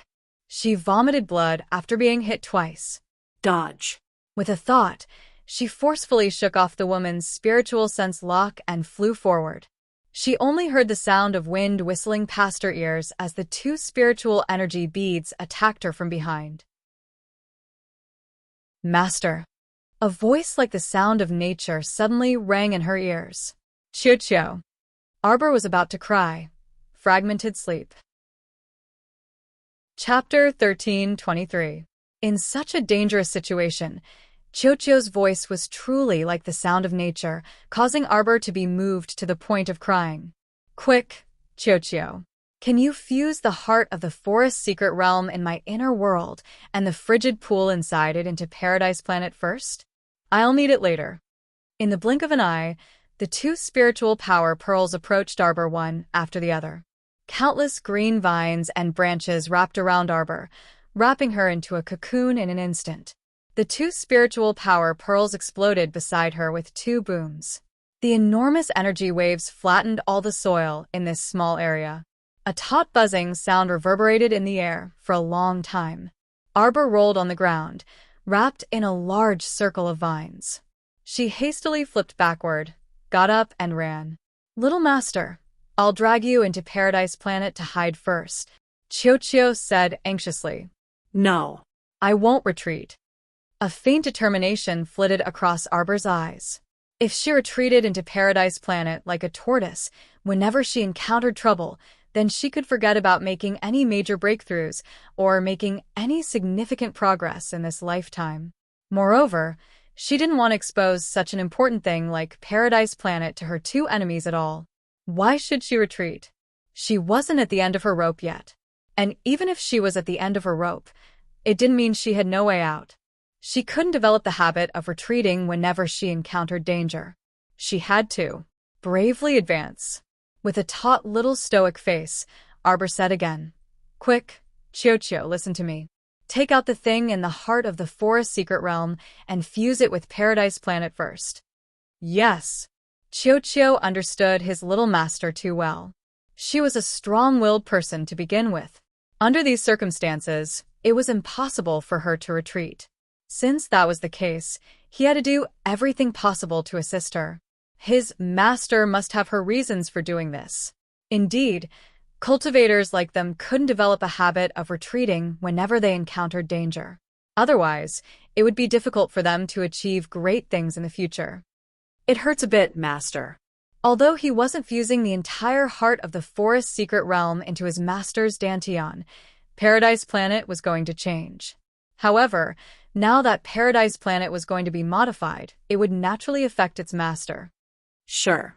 Arbor carried a large ball of green vine shield on her back, and as she flew forward, the profound guiding talisman array was also endlessly absorbing the profound energy between heaven and earth, slowly replenishing her profound domain. When Chiu-chiu fused the frigid pond in the heart of the forest's secret realm into Paradise Planet, Arbor felt his dantian prickling. However, this pain was much lighter than the pain he felt when the Paradise Planet merged with his flesh and blood. She just had to grit her teeth and get through it. 18 defensive talismans were flung around her body, blocking the green vines outside the protection, which would be able to withstand the middle-aged woman's attack first. The middle-aged woman's face under the black veil had already become extremely grave and ugly. She couldn't believe that she still hadn't won over the young lady in front of her after such a long time. Fan Xiuhe was also anxious. He followed the middle-aged woman to besiege Arbor. However, it would have been better if he hadn't made a move.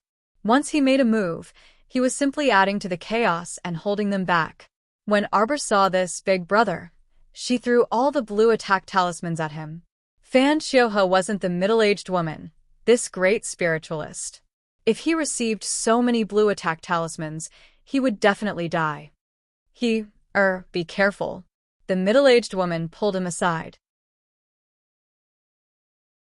Chapter 13:24.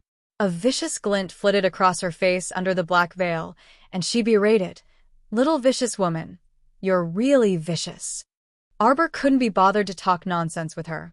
This middle-aged woman was very powerful and didn't seem to have any emotional fluctuations during the fight. This kind of person was much harder to deal with than those who showed their emotions on the surface. This middle-aged woman could be considered a character, but unfortunately, she was destined to be buried with Fan Xiuhe today. Arbor's eyes narrowed coldly, and she suddenly fished out the heart of the forest mystic realm that little tree had finished fusing. In this forest mystic realm, other than the frigid pool, only Senior Xuanji's hut needed to be fused. The other messy stones and mud were of no use. At this moment, other than the mystic energy that filled the heart of the mystic realm, there was basically nothing left. Arbor lifted her eyelids and glanced in the direction of the middle-aged woman. Instead of retreating, she stepped on the ground and sprinted toward the two people. The woman's eyes under the black veil moved quietly, and her brows knitted involuntarily. A terrifying sense of crisis suddenly surfaced in her heart. Not good. This wretched girl probably had some special method to deal with them. Here. The middle-aged woman grabbed Fan Xiuhe's arm and gazed at Xiao Mu. She saw Xiao Mu abruptly toss a round object in her hand at them, and it exploded in an instant. Arbor's body suddenly floated into the air. The middle-aged woman's eyes were instantly filled with the light of exploding mystic energy. The mystic light that filled the sky and covered the earth made the two of them seem to be at the center of the explosion. Ah! The middle-aged woman let out a tragic roar. Before the violent mystic energy fluctuations completely cut her and Fan Xiuhe apart, she threw out a jade talisman array made up of 24 jade talismans. In an instant, the two people's figures quickly retreated from the center of the mystic energy explosion. Arbor, who was suspended in midair and looking down coldly at the rolling rubble and cracked soil, curled her lips into a cold smile. Transportation Talisman Array. It was a transportation talisman array. This woman actually had a transportation talisman array made up of 24 jade talismans. This kind of teleportation glyph array was very difficult to draw, not to mention that it was drawn by a jade talisman. It was not sold on the market at all. In this way, he was completely sure that this woman was definitely related to the Divine Prefecture's Mu clan. Was she from the Mu family of the Divine Land? Could it be that 7th Master Mu was the one who attacked her? Was it her rejection that made him angry out of humiliation? For people like them who lived high and mighty in the upper 3 continents, being rejected by a small shrimp from a small lower star region was an extremely embarrassing thing. Since he couldn't obtain the young genius of the clan, he might as well destroy him. Was that what he meant? Arbor's eyes instantly became extremely cold, revealing a sky full of flames and monstrous hatred. Why should she be killed by someone else? His fists were already clenched tightly. Even with such an excellent opportunity, he still couldn't kill Fan Xiuhe. She hated it. After landing on the ground with a whoosh, Xiao Mu only saw a broken leg lying on the ground. This was a man's leg. From the top of the knee to the sole of the foot, along with that black boot, it had all been cut open by profound energy. Fan Xiuhe lost a leg. But for Arbor, this was really too small a price to pay. She actually let him escape. Arbor's cold little face contained a trace of harshness. Chapter 13:25. Xiao Mu stood there with a cold face, and sand billowed everywhere as they tumbled down. Smoke and dust filled the air. The entire city lord's manor couldn't withstand the power of the heart of the secret realm's explosion. It slowly turned to sand and gradually turned to ash. At this moment, A metal chain suddenly emerged from the corner of the wall and flung towards Arbor's arm. Croak. A large-mouthed toad emerged from the base of the wall and spat a mouthful of venom at Arbor. Arbor glanced at it coldly and sprinkled a cloud of powder with her hand, evaporating the venom with a hiss. She wrapped herself in a wood spirit shield and grabbed at the corner of the wall. Her small hand covered in a Vajra talisman stabbed into someone's shoulder, eliciting a pained howl. Bang! A young man was dragged out from behind the wall by Arbor and landed directly at Arbor's feet. He was firmly bound by a green vine that she flung out, and he let out another cry of pain. This was the young man who had escaped with the woman from Ani Manor. Arbor glanced around and saw Guan Ying in the corner of the wall, frantically abandoning her companions and fleeing for her life. That large-mouthed toad should be Guan Ying's mystic beast. When it saw its master flee, it turned into a streak of light and disappeared into the mystic beast's space. What a pitiful worm, Arbor said coldly. Your teammates abandoned you. Don't kill me. Don't kill me. The young man's eyes were filled with terror, and a strong hatred for Guan Ying emerged from the bottom of his heart. His original intention was that this little girl wasn't to be trifled with. Since Reverend Zhao was dead, they should hurry and find a chance to escape. Who knew that Guan Ying coveted the little girl's secrets and was still unwilling to let go of the heart of Xuanji. She insisted on dragging him over to take a look. Just take a look, but she suddenly attacked the girl. She couldn't beat the others and implicated him. She even fled on her own. No matter how he looked at it, he felt wronged. That brat from the Fan family said that you have the heart of Xuanji. Guan Ying. She wants it. No, it's not my fault. It's Guan Ying. Ani Prefecture's fourth miss, Guan Ying. She wants the Xuanji core. She wants to kill you. Ah. The young man only felt waves of pain assaulting the depths of his consciousness. An extremely terrifying feeling of being peeled off came from within. Something extremely important was being extracted from his body. It was extremely terrifying. Ah! The young man cried out as he watched the gate to his inner world being forcibly torn open by someone's spiritual sense. No, it was impossible. In this world, how could there be someone who could take away another person's inner world? With a series of crackling noises, the young man was perplexed to find that the things that originally existed in his inner world were all being emptied out. Ah! His inner world. Those who covet other people's things will eventually taste their own medicine. Arbor stepped on his back. Speak. What's the relationship between an E-prefecture and that middle-aged woman? Are they the same? The young man had already fainted from the pain. Now that she stepped on his spine, his entire body trembled, and he became a bit more awake. Knowing that he would meet his end here today no matter what, the young man steeled his heart and simply said, You, just kill me. Kill me. I only ask for a quick death. Humph. Arbor snorted coldly. Answer me honestly. I'll give you a quick death. No, I don't know her. The young man groaned.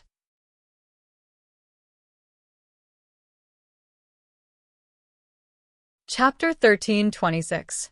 The young man spat out a large amount of blood as he shook his head. No, I don't know them. We didn't come together. Sure enough, the two groups weren't on the same side. Consecrated Zhao and Guan Ying from Ani Prefecture must have gotten the information from the Fan clan and guessed that the Xuanji core was in her possession. They came here to obtain the Xuanji core from her, but they didn't expect to lose two of their people here. Only Guan Ying managed to escape. As for Old Monkey and Brother Two's group that the middle-aged woman brought along, they were very likely from the Mu clan of the Divine Province. Their goal was to eliminate her, the little genius.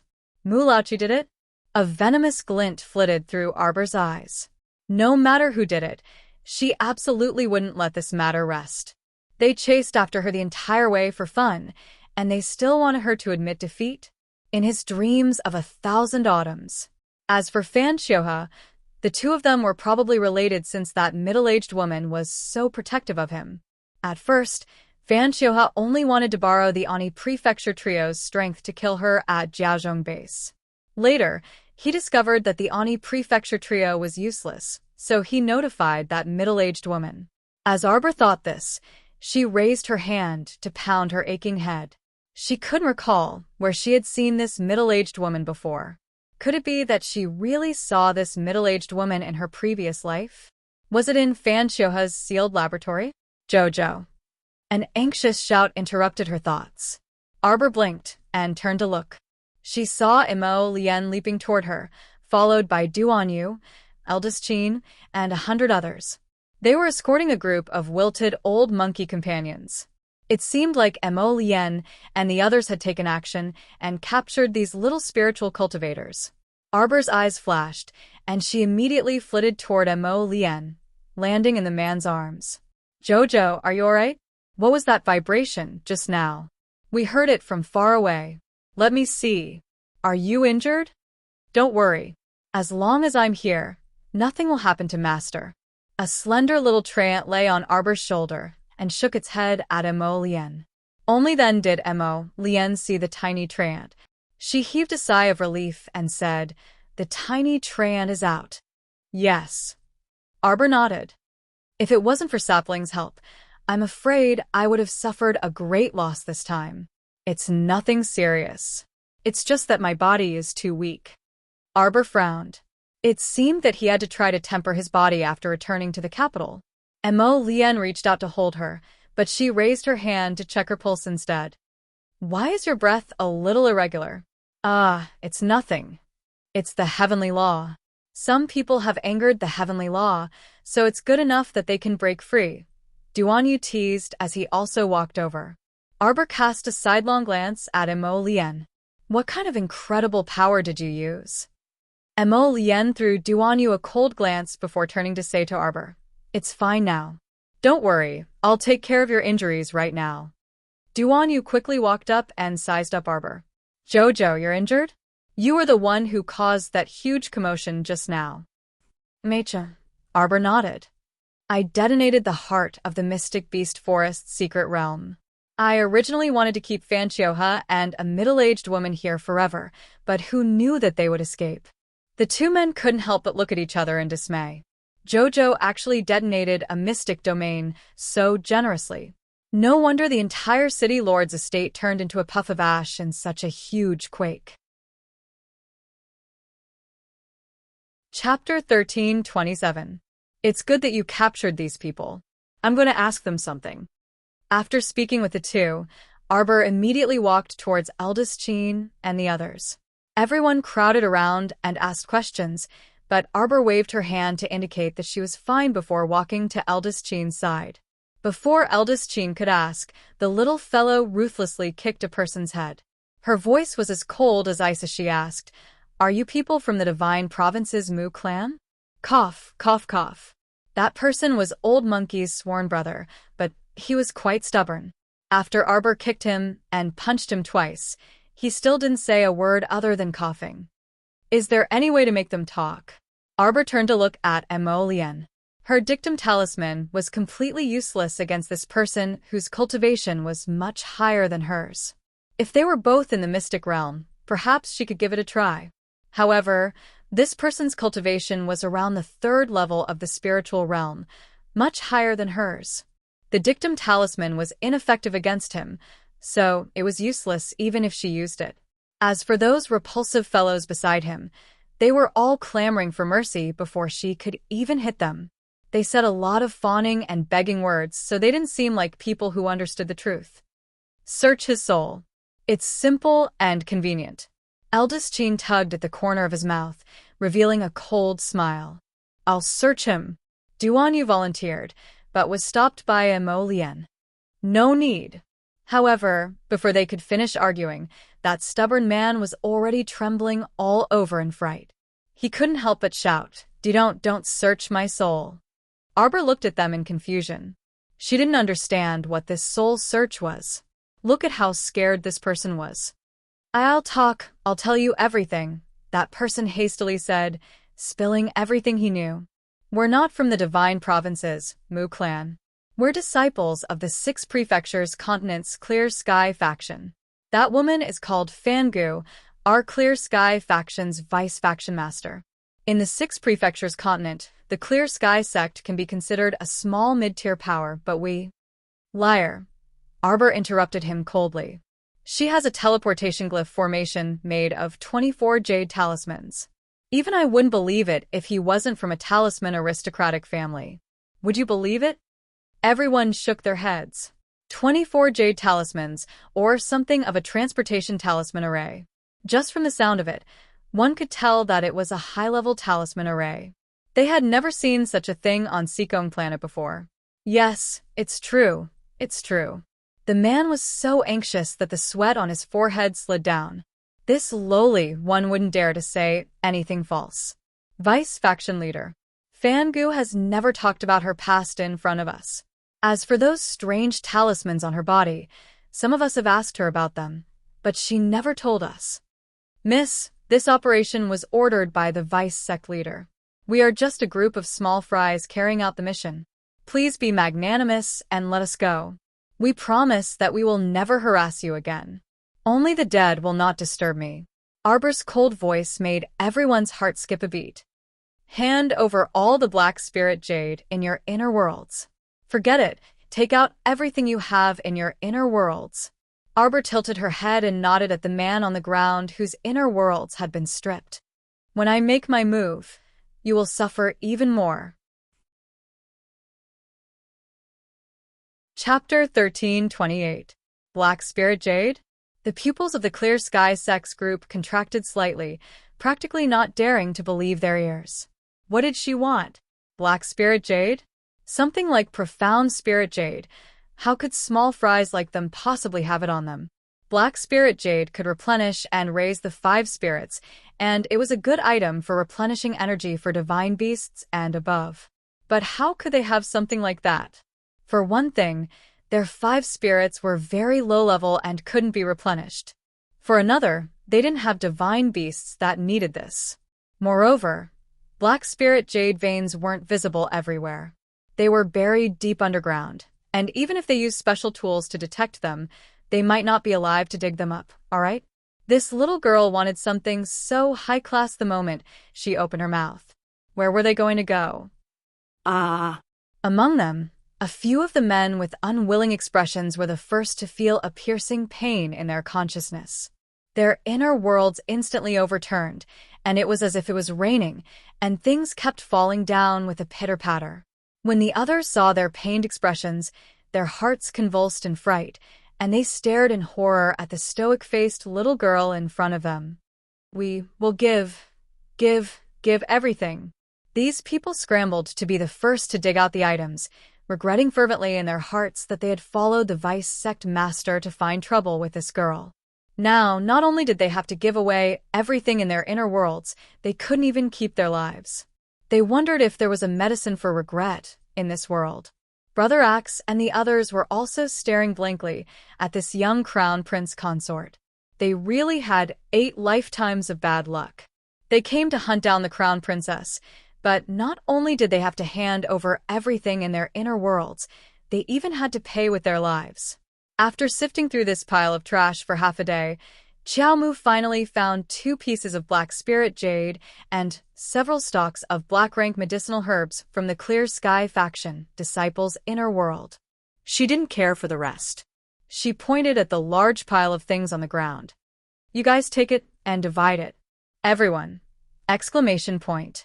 A petite female mystic cultivator asked agitatedly, Really, Crown Princess? The Crown Princess said that she wanted to give it to you, so just take it. Mo Lian waved her hand and asked them to move the things to the side. Situ Yi and Liang Qingqing didn't go up to share it. They had received the storage talismans from Arbor before, and the things inside were much better than this trash. Naturally, they didn't care for it. There seemed to be a lot of things, but with 100 people dividing them, each person did not get much. However, the process of dividing them was very lively and happy. Everyone felt that this trip was not in vain. Jojo, how should we deal with these people?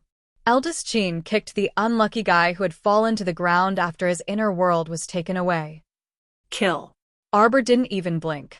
If it weren't for the fact that her current life was completely different from her previous one, and that she had an endless number of trump cards, she wouldn't have been able to use them. Wouldn't he have been surrounded and chased all the way here and killed in this remote base? So, don't be unconvinced. Everything is fate. Who told them to have the intention to kill her? If she didn't kill them, was she going to let the tiger return to the mountain? She had to be vicious and merciless towards her enemies. Eldest Qin nodded and waved his hand, gesturing for several mystic cultivators to come forward and take care of them. Have you found the storehouse? Not yet. Duan Yu shook his head. With 2 consecutive huge explosions, I reckon that the nearby zombies will be attracted here. Arbor nodded. Continue searching. Chapter 13:29. She tugged at Emolien's hand and pulled him to the side. I need to adjust my breathing for a bit. All right, I'll watch over you here. Seeing her sit down, Emolien also found a slightly flatter rock to sit down beside her. The crumbling earth walls around them had already gradually stopped moving. The entire city lord's manor had now been reduced to rubble. Arbor turned her head and said softly to the little treant on her shoulder, Qiuqiu, integrate my other secret inheritance realm into the star domain. All right. Qiuqiu loved doing this kind of thing the most. In the past, other than the main star, there were 4 other largest planets in Master's star domain. Each of them could completely surpass the vast area of Paradise Planet. But now, nothing could be opened. Fortunately, Master's cultivation had already risen to level 14, so he could do more things in the future. Master, you're already level 14.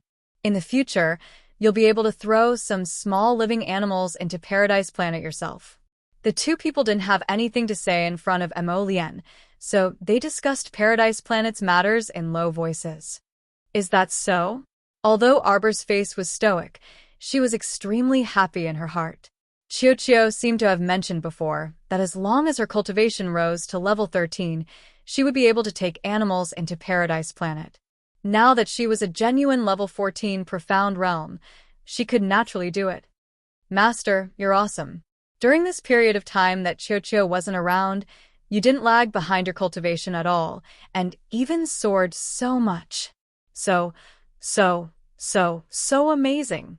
Qiuqiu's string of praises made Xiaomu blush slightly. If De Yuan hadn't cheated her and forced her to cultivate in seclusion for so long, who knew what realm she would still be lingering in? Although the rapid cultivation talisman was quite a cheat, it was extremely beneficial for the path of cultivation. From this, it seemed that not all talismans were unacceptable in the world. Moreover, some special talismans would only become more and more crooked in the hands of evil people. Arbor closed her eyes and waited for Qiuqiu to integrate Long Qian's secret inheritance realm into her Dantian's star domain. This process was a little longer than transforming Paradise Planet, but compared to the pain of fusing with Paradise Planet for the first time, it was still bearable. An hour later, Long Qian's land of inheritance merged with her star domain. A tiny star that was originally beside Paradise Planet suddenly lit up. Arbor looked inside his Dantian. His eyes were filled with spiritual energy, and he suddenly entered the small star. Long Qian's land of inheritance did not change at all. The 3 thatched huts looked somewhat lonely on the vast planet. There was only a small row of trees in front of the door. After the entire secret realm merged with a star field, it had expanded more than 3 times its original size and was filled with dense, profound energy. Arbor retracted his gaze and looked at Paradise Planet. When he saw it, he couldn't help but be shocked. The entire Paradise Planet, after being partially transformed by the forest mystic realm, had now become so exquisite and beautiful. The peach forest was fluttering in the wind, and the lake was gurgling. Behind the peach slope was a clear, cold pool, and beside the pool was a small house. In front of the door was a pile of rugged rocks. Outside the peach forest, several storehouses had been built to store supplies. Currently, she had 3 granaries, 2 vegetable storehouses, and 1 meat and poultry storehouse. The previous peach storehouse had long been filled. Another one had been rebuilt, and it looked like it was going to be piled up on the wooden beam again. Qiuqiu had built 2 storehouses for medicinal ingredients, and the first storehouse was also almost full. Chapter 1330. The 100 Herb Garden encompassed 50 mu of medicinal land on Paradise Planet. Qiuqiu had named this herb garden after it. Outside the herb garden was another 100 Poison Valley, which was filled with poisonous flowers and herbs. Xiao Xiao, the poison-tailed butterfly queen, led a flock of little butterflies to wander about inside. It was quiet behind the peach garden slope. The newly built maple pavilion that Qiuqiu had built for her was standing on the slope. It had even planted the longevity tree and that mutated peach tree over there. The two trees were in full bloom, and the slope was quiet and secluded. Arbor's mind stirred, and she tossed a large batch of elementary herbs into Paradise Planet from her storage talisman. She had Qiuqiu build a random elementary herb storehouse and pile it up. With Qiuqiu's control over the wood spirit, it didn't take much effort to build an elementary herb storehouse out of wood. It was done in a few breaths. It also built an empty storehouse for her while it was at it. It said with a chuckle, "Why don't you move all the messy supplies in the 2 carriages in front of the door into this storehouse?" Arbor nodded. She remembered that the supplies in the 2 carriages were things that she had hurriedly asked Second Uncle to get for her in the beginning. There were all kinds of fruits, meat, vegetables, and seasonings inside. Apart from that, there was also Second Uncle's wine, some basic medicine, gauze, and so on. In the future, you can use this carriage whenever you want. Remember to find a few more horses to put in. I've already taken a good look at the terrain. I'll build you a farm in front of the magnetite mine. What do you think? Make it a little further away. That's for sure. We can't let these 4-legged beasts ruin the Paradise Planet that we worked so hard to build, Qiuqiu said cheerfully. Qiuqiu chuckled merrily. I'll enclose them and make a large farm so that they won't wander around. If by any chance some blind cow or pig jumped out and trampled on their 100-herb garden, then Qiuqiu would die of heartache. Arbor was in a good mood. She had a goal in the future, and she had to find more animals that hadn't mutated to take in. That way, she wouldn't have to worry about cutting off the supply of meat and poultry for a long time. Now, her Paradise Planet was truly thriving, and she had everything she needed. To put it bluntly, even if the entire Seekong planet were to explode and be destroyed, she could hide in Paradise Planet with her friends and family and live out the rest of her life peacefully. Of course, this was the worst-case scenario. She didn't want that to happen. She still hoped that the lives of the people outside would get better day by day. Before the next night-caw bird made a move, eliminating it as the source would probably bring a ray of light to this gloomy world. Withdrawing her inner sight, she turned her gaze to Mo Lian, who was staring at her. The corners of her mouth curled up slightly. "Lian, when we're done here, let's go to Paradise Planet and take a look. It's so beautiful now." "All right." Qiuqiu, did Second Uncle finish planting all the seeds that he collected earlier? Xiaomu turned her head to look at the little tray ant that was clambering up her shoulder. Yes. Look, now the medicinal field has expanded to 50 mu compared to 30 mu before. I planted everything I could. Isn't it great? It's really great. Arbor wasn't stingy with her praise. Qiuqiu knows the habits of plants like the back of his hand. He's really helped me a lot. Master, as long as you're happy, Qiuqiu shouted while dancing with joy. Besides, I don't have to waste any effort. I can just summon more Treant clones. Arbor raised her hand and stroked the 5 tender leaves on his head. Chapter 1331. And it's not just those seeds that Second Uncle gave me. There's also the seeds that City Lord Luge of Shuang City gave me last time. They've basically all been planted. The little Treant swayed its leaves and called out softly, Master, what else do you want Qiuqiu to plant? Arbor couldn't help but laugh.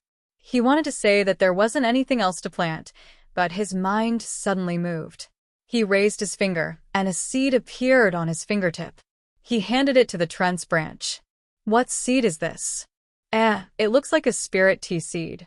When Mo Lian heard that, her eyelids suddenly twitched. She coughed lightly and said, Is it that seed that you picked up from the House of Treasures last time? And it's that time when I picked up 5 million. Little sister gave it to me. Arbor nodded. Mo Lian. She suddenly wanted to laugh. This little guy was too funny. A random seed that he picked up was actually a spirit tea seed. What's a spirit tea seed? Is it useful? It's useful, it's useful. The little treant Chocho nodded furiously and said, once the spirit tea tree is planted, you'll have spirit tea to drink when you enter the spirit realm in the future.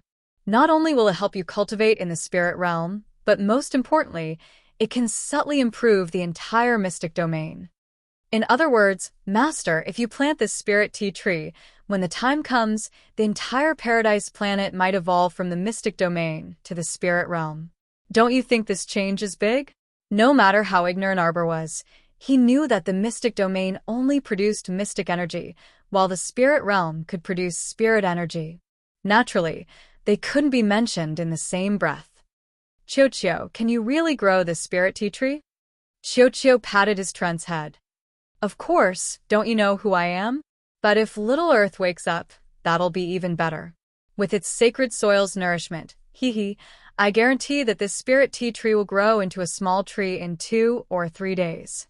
Now, he could only plant it first and let the great Chocho speed it up to see if it could grow a seedling first.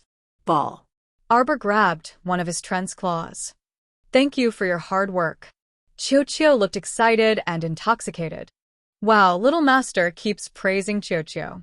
Chocho is so happy that I'm about to fly. Remember to do a good job. Arbor flicked him.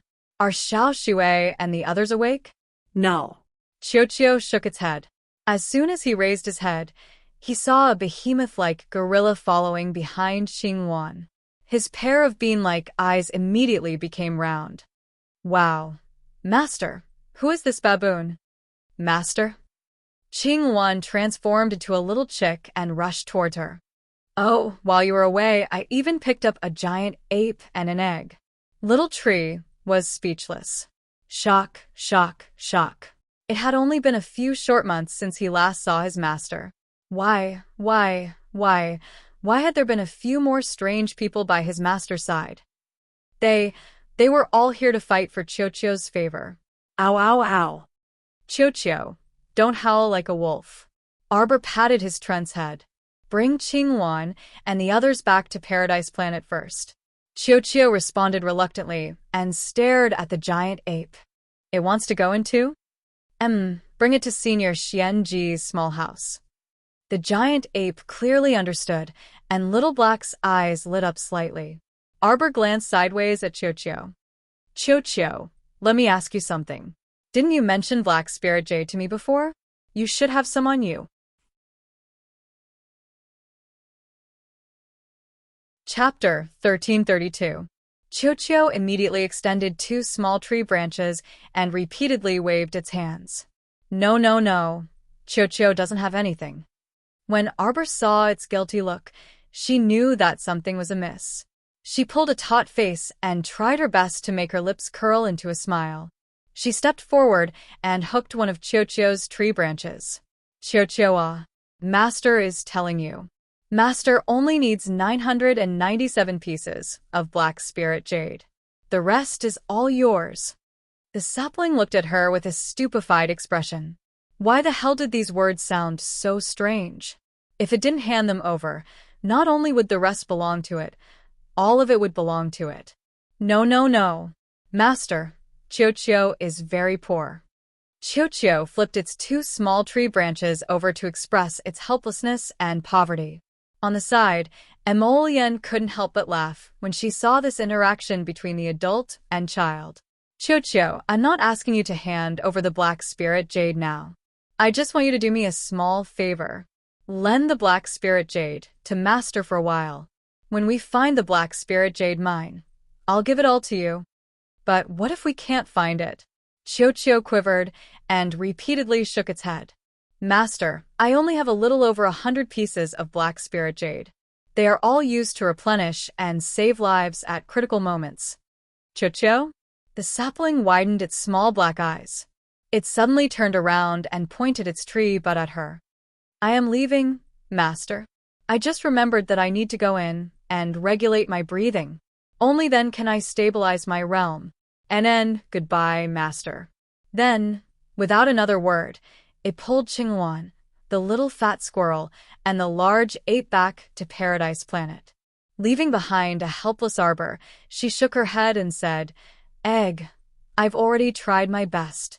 Looks like you still have to find the Black Spirit Jade yourself. Master, why don't you also let me go to that whatever Paradise Planet? I sensed a very dense mystic energy on that tray ant." Arbor thought that it made sense. The dense mystic energy on Paradise Planet would also help the phoenix egg hatch. "Why don't I refine 2 mystic gathering pills for you to help you hatch?" Egg. "Master, do you think I can eat pills in my current state?" "That's right." Arbor coughed lightly and immediately changed the topic, calling out to Chiuchiu, "Chiuchiu, drag the egg to Paradise Planet." After everything was settled, Arbor simply turned off the chattering of the little ones on Paradise Planet. He looked up at Emo Lien and tilted his head. "Sorry to keep you waiting." "Not long at all." Emo Lien reached out and pinched her little nose. She leaned closer and whispered, "I'm really curious now. I wonder what Paradise Planet has become." When Arbor thought of that beautiful mystic domain, his little face couldn't help but relax.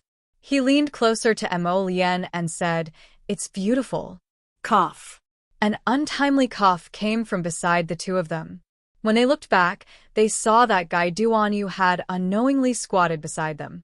He also lowered his voice and asked curiously, "What Paradise Planet?"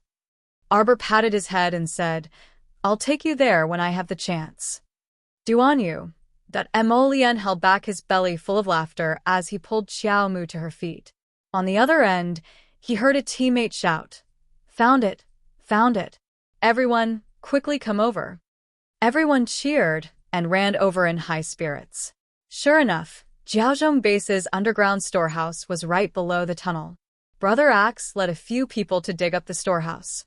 It was as big as 2 small plazas. See you tomorrow. Chapter 1333. Everyone let out "wow, wow" sounds one after another. Their eyebrows and mouths were all full of smiles. This trip was truly worth it. Not only did they clear out the majority of the zombies in Jiaozhong Base, but they also reaped such a bountiful harvest. The underground storehouse was basically filled with stored grain. Fruits and vegetables were very scarce because they were difficult to store. There were some basic medicines, but not a lot. Upon seeing this, Arbor glanced at Emo Lien. "Bring all of this back to the Emo Kingdom capital. 2 months' worth of stored grain will be enough." With so much food stored up, Lord Song of the Ministry of Revenue would probably cry a lot again. But there's so much. Even if we fill up all of our inner worlds, we won't be able to bring it back. We'd better use carriages to escort it back," a female mystic cultivator said worriedly. Brother Axe nodded. "That's right. How about we take a stroll around the city and see if we can get a few carriages?" "Forget it. The zombies probably tore apart all of the living creatures in the city. Where are we going to find horses?" "Haha, with our Jojo here, this bit of supplies is nothing." Liang Qingqing laughed heartily and hugged Arbor's shoulders. She patted her and said, "Come on, Jojo, throw out the storage talismans." Arbor couldn't help but find it amusing. She looked up at everyone and said, "Go and fetch some grain." Brother Axe stuttered. But we were paid for this trip." "This? What a blockhead. Hurry and go pack." "It's fine if everyone packs 1 or 200 caddies. Consider it an extra reward." Everyone performed well this time. Duanyu waved his hand, dismissing the jubilant team members to pack the grain. Most importantly, the team members were very obedient and didn't show any idiots. They worked together to complete a beautiful mission with 0 casualties, so Arbor was actually very pleased. On the other hand, the 4 superhumans in the team were a bit embarrassed. After joining the team this time, they actually didn't contribute much and even received everyone's protection and care. It was simply too comfortable to follow this kind of team. Arbor's group, Situ Yi, Liang Qingqing, and the others gathered together and exchanged a few words. It was only after the team members happily finished packing and returned that Xiao Mu flung out several dozen storage talismans, storing everything in the storehouse and handing it all to Emo Lien. Minister Song must be overjoyed. And Mo Lien shook her head in amusement. So many bad things have happened, so just let him be happy. Xiao Mu looked up at the sky aloofly. It seems like it's going to rain soon, a female mystic cultivator said softly. A string in Xiao Mu's brain seemed to have been pulled taut in an instant, stretching taut with a bang. Rain. It's raining. Mo Lien and Duan Yu also shouted in unison. The three of them looked at each other and understood that they were thinking the same thing. This is indeed a good idea. TSK, TSK. Eldest Qin clapped the fan in his hand and nodded as he muttered to himself. Situ Yi, who was standing at the side, also understood. His eyes widened in shock. Is that really the case? Hey. You guys, what are you talking about? What are you talking about? Liang Qingqing poked Situ Yi and looked at them in bewilderment. Someone injected zombie poison into Jiaozhong base. You mean these zombies didn't appear by chance? But man-made.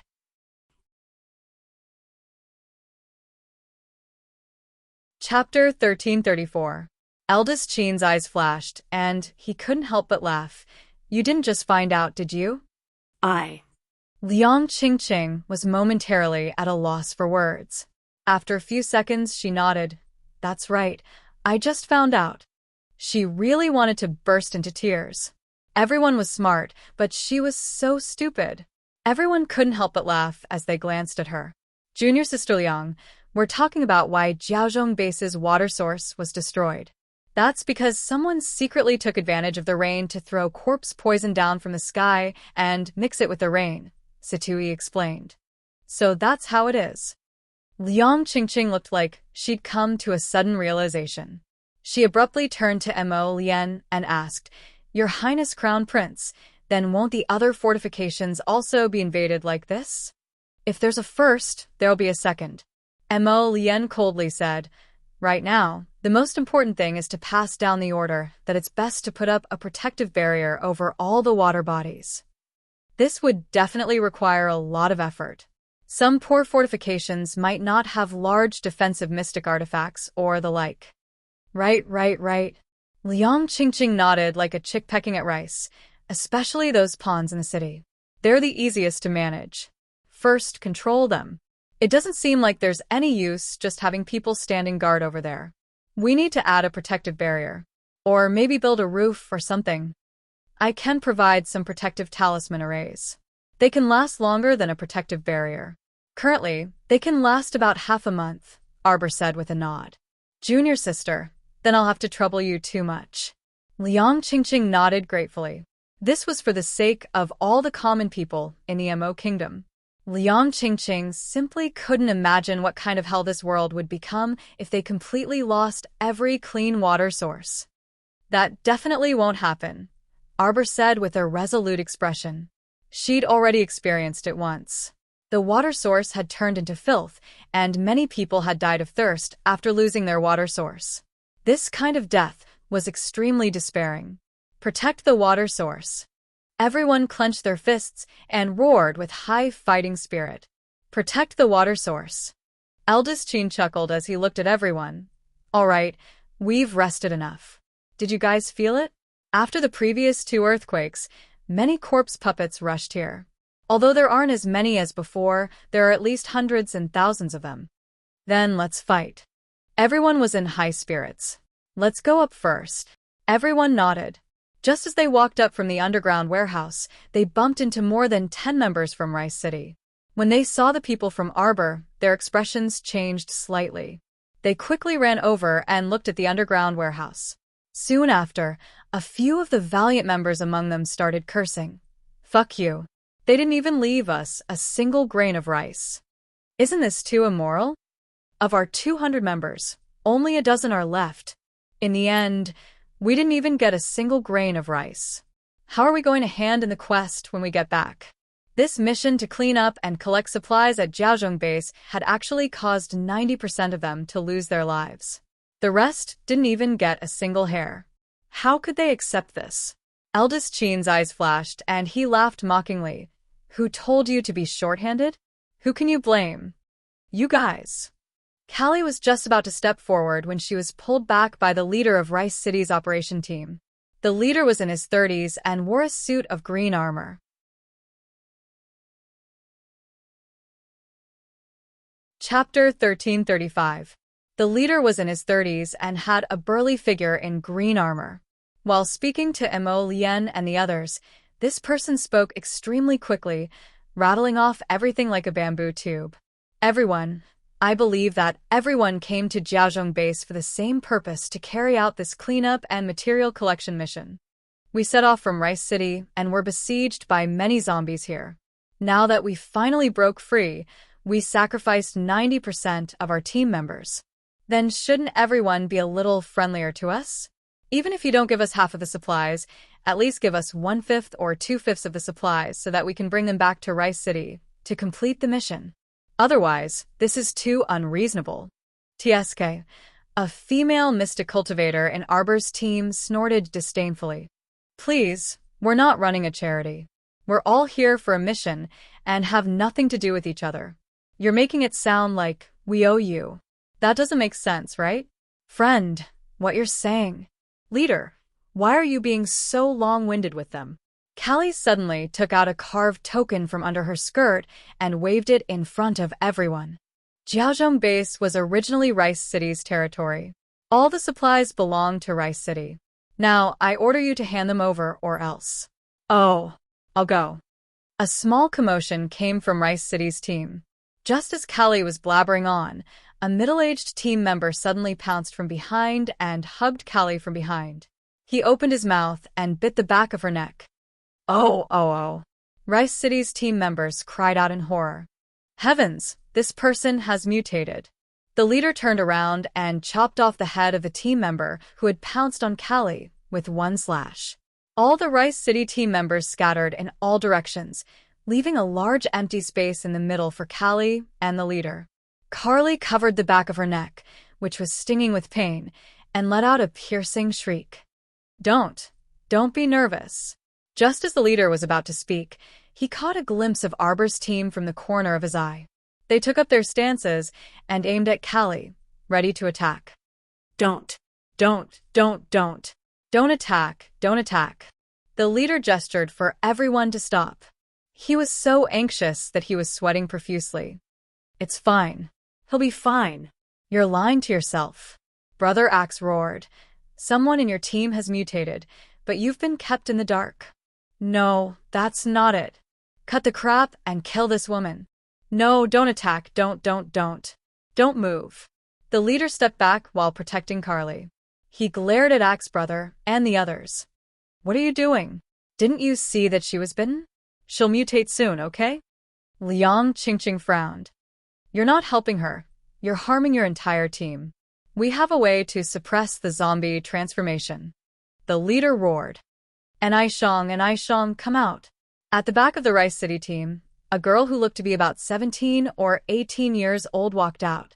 She had 2 braids, and her cheeks were flushed red. That girl bit her finger and grinned foolishly. She stared at Duan Yu in a daze, looking like she couldn't pull her gaze away and couldn't walk anymore. Arbor's team all turned to look at Duan Yu. The latter was originally leisurely fanning his raven bone fan, but his handsome face stiffened when he saw that girl's infatuated gaze. Chapter 1336. Eldest Qin snickered mischievously. Oh, you've hit it off just like that. Jojo. Duan Yu immediately hid behind Arbor. The little fellow extended 2 fingers and compared the distance and direction of their line of sight. Suddenly, she raised a small hand to block Duan Yu's front and hollered, "What are you looking at?"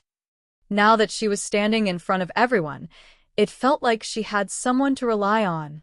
Although the little lady was petite, her image immediately grew taller in everyone's eyes. Situ Yi twitched his mouth and threw Duan Yu a look of disdain for being a good-for-nothing. Then, he stepped forward and asked, "Leader of the Rice City team, are you trying to tell us that Miss Aishong from your team can help suppress the zombie poison's mutation?" "That's right." The leader nodded and glared fiercely at the love-struck Aishong. "Hurry. Treat Callie."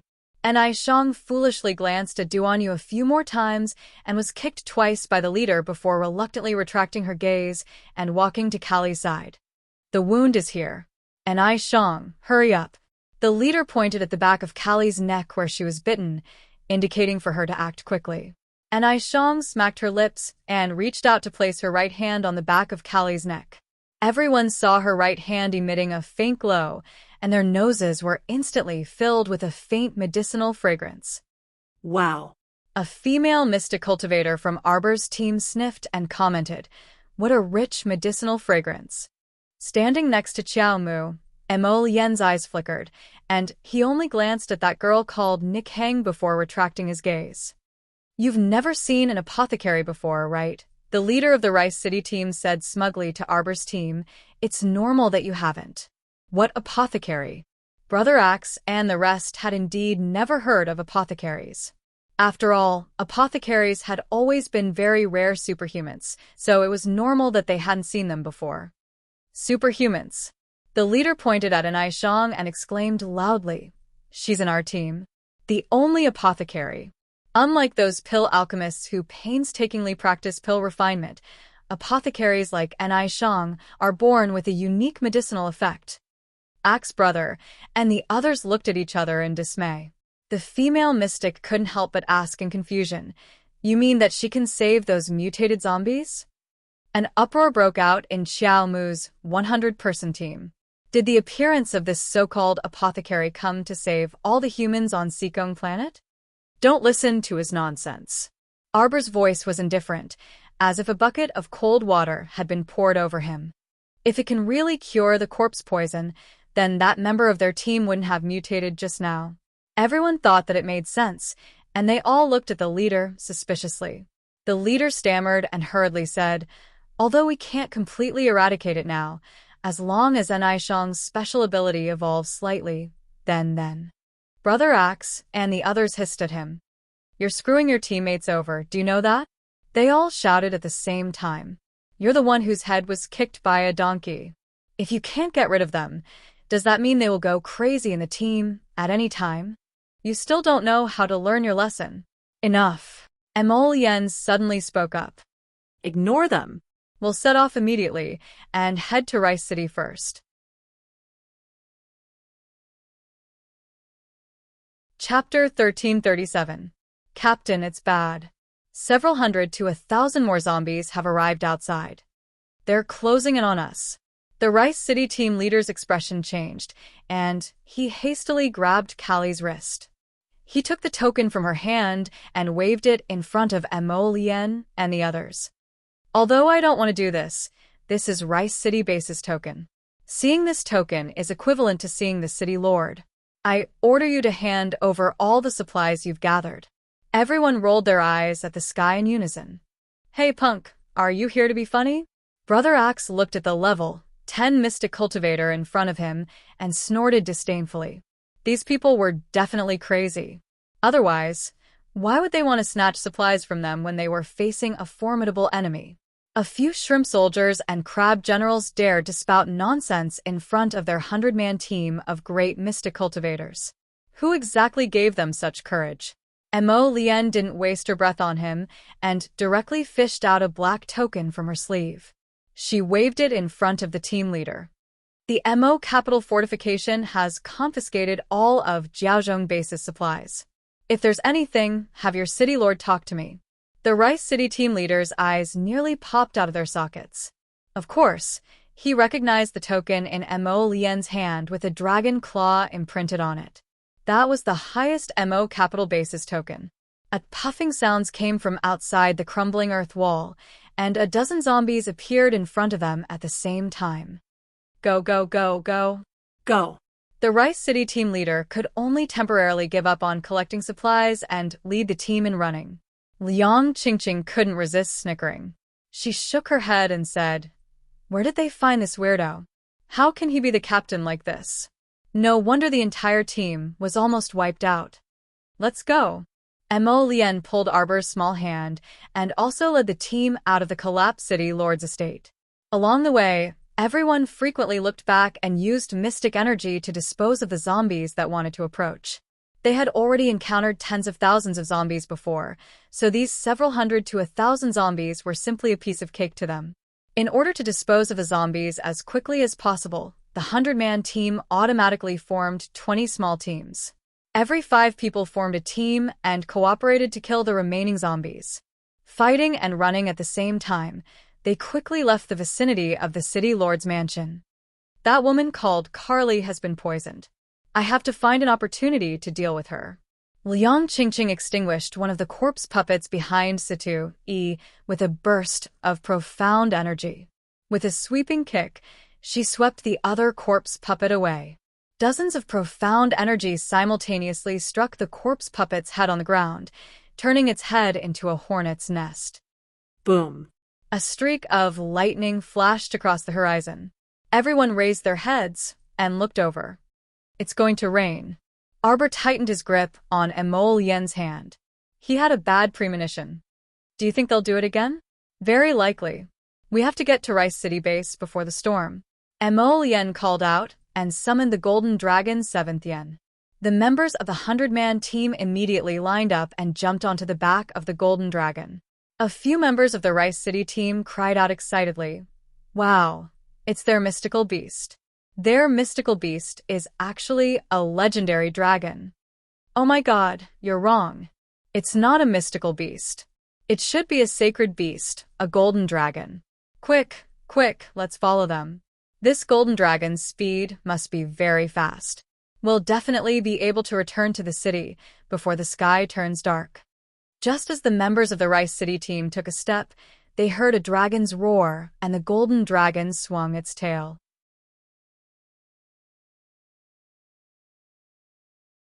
Chapter 1338. The Rice City team members! ! These people actually abandoned them and ran straight back to Rice City. Damn! Callie touched the wound on the back of her neck and said to the team leader, Zhonghua, even if they reach the entrance of Rice City, they might not be able to enter. That's right. Another person cried out indignantly. He turned around and suddenly roared in shock. Suddenly, he was grabbed and pressed down by a zombie that was baring its fangs and brandishing its claws. Bam! The man and zombie fell to the ground like a human pyramid, causing a series of screams.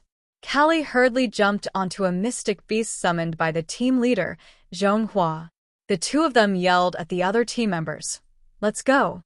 There were less than 10 people left. They hurriedly abandoned the team member, who was being pressed down by the zombie, and hurriedly fled. Save me, save. The member of the Rice City team managed to pull out a bloodied and broken palm from the gap between the zombie's bites. He gradually fell weakly to the ground. Arbor sat beside Emo Lien and looked at the chaos below. Then, he blocked out the screams of the Rice City team members. These people are really funny. Arbor shook his head and said, "That team leader, in what way did he look like a truly responsible and capable leader? Going on a mission was simply a joke." Emo Lien reached out and stroked his waist. He squeezed gently and said, "Jojo, I'm just worried about you. What do I have to worry about?" Arbor turned to look at her. "But speaking of which, after this battle, I realized that my body is still quite weak. When facing a spirit realm expert, the weakness of my body was revealed." Silly girl. Emo Lien smiled and shook her head. "After all, you haven't broken through to the spirit realm. The strength of your body naturally can't be compared to a spirit realm expert. There must be a way to improve it." She looked at him with bright eyes. For example, she could refine a few body-forging pills suitable for her. Or, Master, I have a bone-forging pill here. Do you want to try it?" At this moment, Qiuqiu suddenly interrupted her thoughts and communicated with her spiritually. "Master, this bone-forging pill is a little fierce. You might feel uncomfortable for a while after taking it, but after 3 days, your bone marrow will definitely be greatly improved. If it's so effective, why didn't you give it to me before?" Qiuqiu mumbled. How could Qiuqiu take it out in the past? Furthermore, with Master's previous cultivation, he wouldn't have been able to withstand such a powerful bone-forging pill. In that case, Arbor thought for a moment and said, "Well, let's talk about it when we get back to the capital." There was no need to mention little Seven's flying speed. She brought everyone to the entrance of Rice City in the evening. Contrary to leader Zhong Hua's expectations, Rice City didn't stop them from entering the city. In fact, when the Crown Prince revealed his identity, the guards were so shocked that they rushed in to report. When Rice City's city lord heard that His Highness the Crown Prince had personally come, he was so scared that he pissed his pants. He hurriedly led everyone to welcome him. When City Lord Sun led everyone into the City Lord Manor and was ordering people to serve their meals with an obsequious smile, the rain that had been struggling for a long time finally came pouring down. Mo Lian walked to the window and lifted the curtain with her slender fingers to look outside. Arbor quickly walked to her side and stuck out his little head to take a look, but he suddenly grabbed his little hand. Arbor blinked and asked curiously, "What did you see?" Chapter 1339. No. The rain was quite heavy this time, and the chilly drizzle seeped into the window. A silver-threaded cloak appeared in Mo Lian's hand, and he draped it over Xiaomu before pulling her to the table to sit down. "I'll go out to take a look later. Stay inside, and don't come out." However, Arbor shook her head and said, "I also want to go out and take a look." Mo Lian paused as he held her hand. Just as he was about to speak, there was a sudden knock on the door. He turned around and dryly said, "Come in." A string of servants walked in while carrying plates of food. They bowed submissively and respectfully before placing the food on the table one by one. "Your Highness, do you have any other orders?" Mo Lian waved his hand to dismiss them before holding Arbor's small hand and saying, "It's raining heavily, so I'll go take a look first. I'll call you out if there's any movement." You were injured today. He pulled her into his arms and said softly, "Don't make me worry anymore." Arbor pursed her small mouth and nodded helplessly. "Stay here and eat." Mo Lian grasped her small hand and planted a light kiss on the corner of her forehead. Afterwards, he let go and smiled faintly at her. After standing up, he quickly walked outside. The moment Prince Mo left, he called out to the next room. "Duan Yu, what are you waiting for?" Duan Yu heaved a long sigh and flashed to his side. "You never call me when there's good news, but you always bring me with you when there's bad news. I say, where are you guys going?" I'm going too. Situ E also hastily dashed out of the room and caught up with the two. Arbor propped up her chin with one hand and picked up her chopsticks to poke at the dishes. She casually moved her chopsticks a few times before glancing at the rain outside the window again. Actually, that small injury of hers. Arbor gently lifted a corner of her clothes and looked at the smooth patch of skin on the left side of her waist. She was also a bit puzzled. It was obvious that the old witch's fire dragon tail had swept across this area before, but before she could apply any medicine on it, the wound had mysteriously disappeared by itself. She had asked Qiuqiu if this was the effect of its wood spirit's endless growth. However, Qiuqiu also felt that this was a little strange. It said that even wood spirits couldn't repair themselves so quickly. At the very least, the wound would have to wait until tomorrow to heal. But now, without her knowledge, the wound had healed on its own. In addition, Arbor did not feel anything wrong with his internal organs that were injured by the black double-headed crow's sound wave. He should have been cured as well. That's pretty weird, all right. She propped up her chin, picked up a piece of braised pork that looked pretty good, and stuffed it into her mouth. She chewed for a while, then frowned and spat it out. The meat was dry and unpalatable. The moment he ate it, he could tell that the ingredients were not fresh anymore. But in this day and age, it was good to be able to eat and drink like the mayor. Arbor had never been picky about food. But this red braised meat was too. Disgusting. She picked a few vegetables with her chopsticks, and after eating, she felt a little sleepy. After a few consecutive battles today, she had used up a lot of her profound energy. She originally wanted to lie down casually on the bed and continue to pay attention to Mo Lian and the rest's movements in the middle of the night. Who would have thought that she would actually fall asleep carelessly? She slept all the way until dawn and did not even wake up in the middle of it. When she woke up, it was already late in the morning. When Arbor sat up from the bed, She had a dazed look on her face. It was only when she heard the door creak open that she turned her head around in a daze and looked at the two servant girls who came in through the door.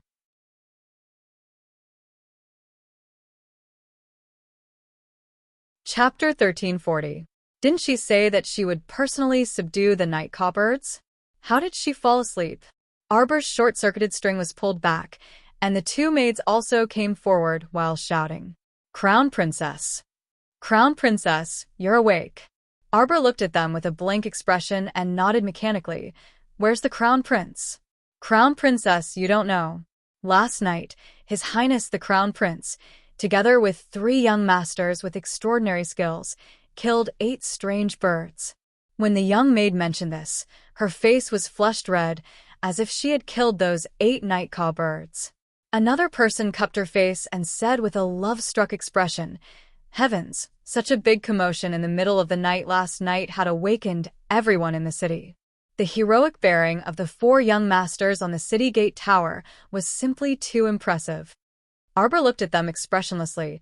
"I'm asking you where the Crown Prince is. What the hell are you blabbering about?" Arbor got off the bed and ran to wash his face and rinse his mouth. "Crown Princess, do you know how powerful His Highness is?" His Highness broke the wings of that strange bird that was cawing with his bare hands and pulled it down from the sky. That's right, that's right. That Sither young master is really good. Are you guys done being love-struck? Arbor grabbed one of the young girls who was holding her face and slapped his head heavily on her head. "I'm asking you where the Crown Prince is." This voice was soft and crisp, and the sound almost broke through the 9 heavens. After half a cup of tea, the maid pouted and held her head that hurt from the slap. She led Arbor all the way to the back garden of the city lord's mansion. After yesterday's rainstorm, the rain washed the ground clean. Lustrous water droplets hung on the treetops and branches. At a glance, the world seemed to have been washed a bit brighter. After bringing Arbor to a small moon-shaped arched door, the maidservant pursed her lips and poked her head inside. His Highness ordered that no one is to disturb him. He and the other young masters are inside. Arbor rolled up his small sleeves and turned his head to point at the many women hanging on the outer wall. He asked in shock, "What are they doing? Fuck, are these women crazy? Why are some of them holding banners in their hands? You came to the city lord's mansion to demand payment?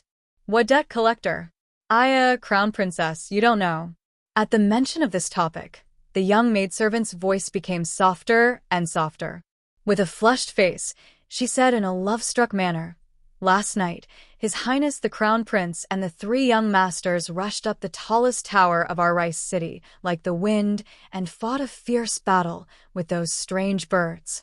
His skills are really too cool, okay?" Arbor raised his hand and slapped the back of the maidservant's head. "Get to the point. They saved all the citizens in the city and are now the best husband candidates in the hearts of all the young girls in Rice City. They have now been conferred as Rice City's 4 great handsome men by the girls and have successfully leaped to the top of our Rice City's 10 great handsome men ranking." Arbor snickered, but soon after, her little stoic face tensed up. And then, she freaking still couldn't hold it in and started laughing uproariously. The maidservant leading the way was a bit dumbfounded. She stared at her blankly and asked, "Crown Princess, are you unhappy that His Highness is so popular?" This smile was probably a fake one, right? Otherwise, how could she smile so stiffly? It was like a fake smile. She was probably fuming mad on the inside. Arbor, Rice City's 4 great handsome men, ha ha ha ha, what a great honor.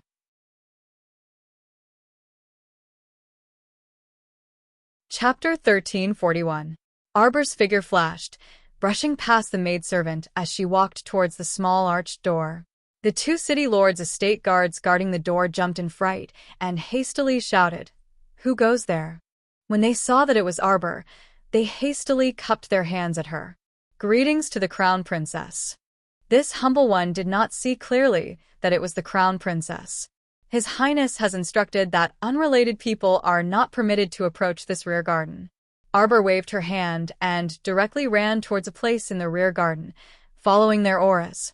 She ran past the rockery and winding corridor, and when her figure brushed past the vicinity, she involuntarily slowed down.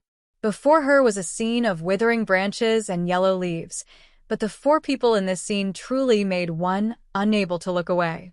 The four great beauties of Rice City were currently sitting under a half-withered tree, sipping tea and chatting. Emolien and Duanyu were both dressed in snow-white robes, each holding a jade cup. Situ-e was dressed in black, and he was fanning himself from time to time.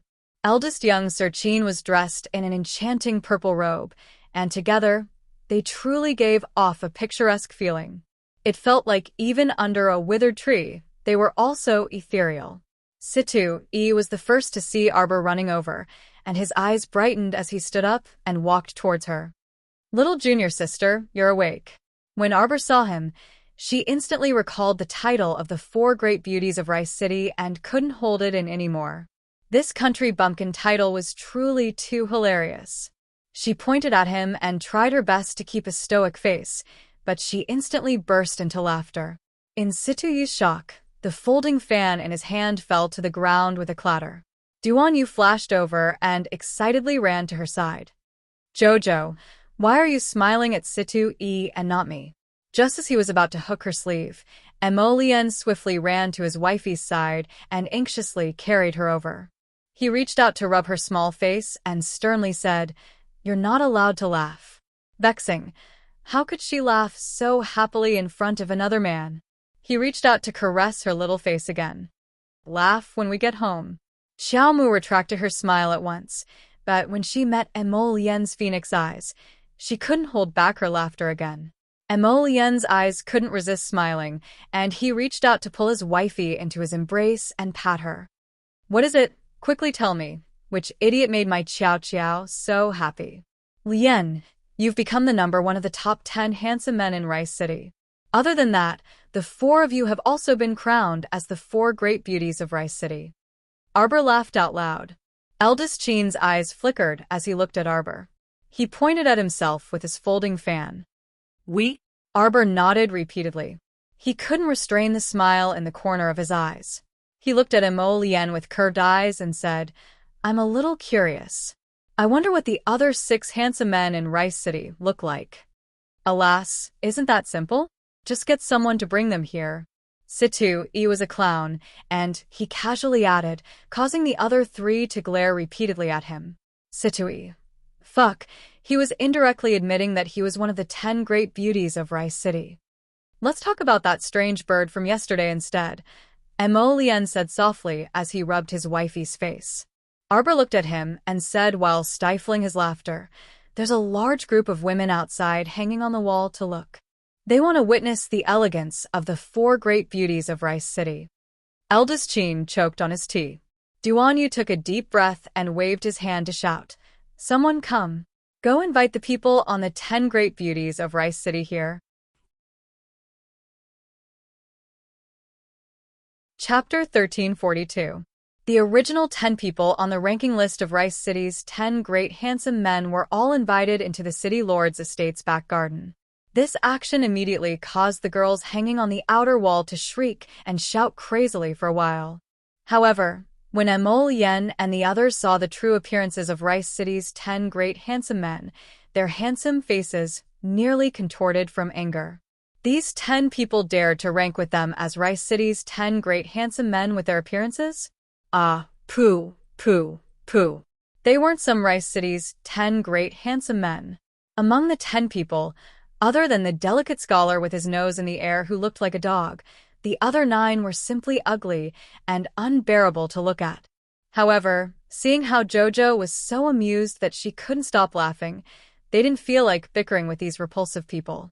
After admiring them for several minutes, Emolien waved her hand and had the people chase these handsome men out. Not long after, the royal guards ran in and excitedly reported that those young girls hanging on the wall had all gone to chase after Rice City's 10 great handsome men with amorous feelings. Situ-e spat out a mouthful of tea and then pretended to leisurely wipe the corner of his mouth. Cough. It looks like RMO Kingdom Capital's 10 great handsome men ranking is the true ranking without any exaggeration. Eldest young Sir Qin shook his head while fanning himself. Right. I'd rather be ranked on the same level as second Qin. I don't want to be ranked on the same level as those repulsive melons. Duan Yu quickly poured himself a cup of tea to calm his shock. Don't you guys agree? Situ Yi and the others nodded repeatedly, expressing great agreement. When eldest Qin turned around, he discovered that the little stoic was no longer smiling. She had switched back to her original stoic face and was expressionlessly looking at them. Why did he feel like this child was so funny? Let's talk about what happened last night. You guys showed off your skills and charmed all the unmarried young girls in Rice City. It was such a big commotion, yet she fell asleep. Thinking about it now, she really wrung her hands. The four of them twitched their mouths. We did slaughter 8 night caw birds. Mo Lien held her small hand and said, however, we didn't obtain any more useful information. We couldn't find any clues from those night caw birds. Qinda chuckled. It's not a secret if it can be found so easily. The reason why a secret was because it was well hidden. How could he reveal himself so easily? Everyone was speechless. Arbor tilted his head and glanced at Mo Lien. Don't worry. Just instruct the various fortifications to make preparations. As for the future, let's talk about it later. Mo Lien nodded. All right then. We'll leave this afternoon and return to Guanlan. Arbor's paralyzed little face instantly revealed a lively teasing expression, which fell into Mo Lien's eyes and almost stunned him. Are you going to stay here and enjoy the glory of being one of the top 10 most handsome men in Rice City for a few more days? Thank you, Situ Yi speechlessly added. Right now, I feel that the Mo Kingdom's 10 great handsome men are more suitable for me. Get out of the way. Get out of the way. How dare you stop me? He must have eaten a bear's heart and leopard's guts. A familiar voice was heard, and they all exchanged glances. Judging from this voice, it seemed to be the leader of that Rice City team, the one called Zhonghua. Situ Yi poured another cup of tea for them and looked up at the arched door, only to see that leader leading his team over in a flurry.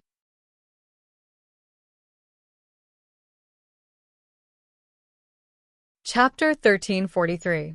The few of them exchanged glances and raised their heads to see Zhonghua, the leader of the group, charging over noisily with 9 people. We actually let you enter the city without a hitch. The leader glared at Arbor's group. Otherwise, what are you going to do? Eldest young Sir Qin tapped the folding fan in his hand. You're not so naive as to think that we're still waiting in line outside the city, right? What exactly do you want to say? Situ Yi asked the leader curiously. Zhonghua. City Lord's son hastily rushed over upon receiving the news and looked awkwardly at his eldest nephew. Zhonghua, don't be rude to His Highness the Crown Prince's group. Leader Zhonghua was taken aback, and his gaze shot towards Mo Lien's group again. It turned out that the group from the Mo Kingdom capital really had such a powerful background. However, he was unable to swallow his previous indignation. Uncle, I didn't want to say it at first, but the team that the Crown Prince brought was truly too much. Ignoring the incessant looks that his uncle, City Lord's son, was sending him, Leader Zhonghua rambled on endlessly. Uncle, you don't know how infuriating they are.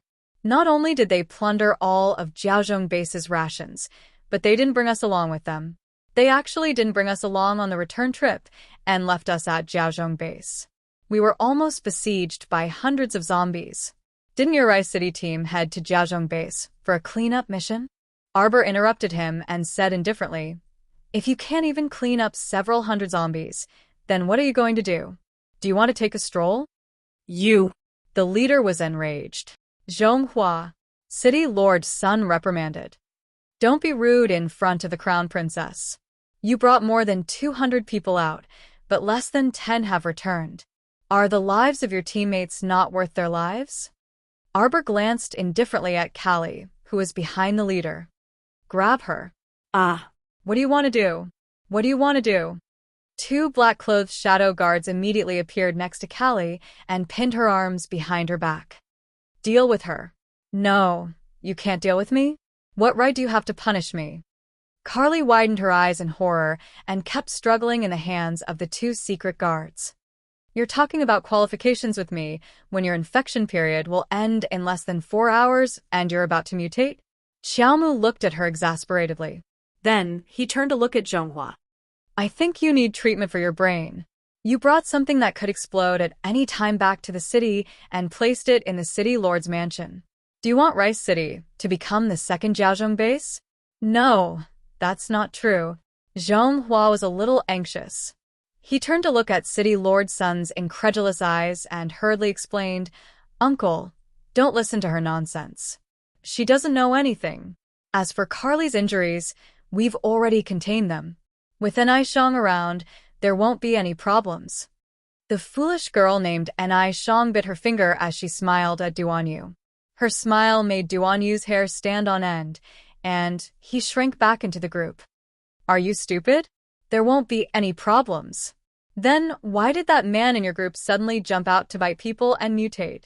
Liang Qingqing couldn't bear it any longer and bellowed at Zhonghua. Zhonghua, you can't be that muddle-headed, right? City Lord Sun looked at Carly in horror and involuntarily shrank back. Uncle, nothing will happen at all right? Zhonghua retorted impatiently.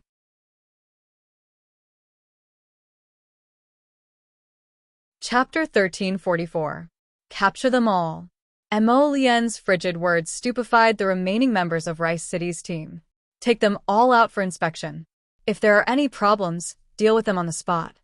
Prince Mo's icy voice caused the hearts of the Rice City team members to tremble violently as they felt a chill in their bones. And you? The Crown Prince turned around and pointed at City Lord Sun, who was trembling incessantly like a quail. Appointing people based on nepotism. Don't you know how much this nephew of yours is worth? You actually let him be the leader of Rice City's team and lead a group of people to their deaths? City Lord Sun only felt that misfortune was upon him, and his body went limp as he knelt on the ground with a thud. He repeatedly begged for mercy.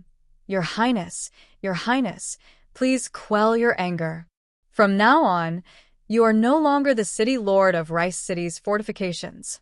Immediately send people to take over all matters here and complete them by today. Yes.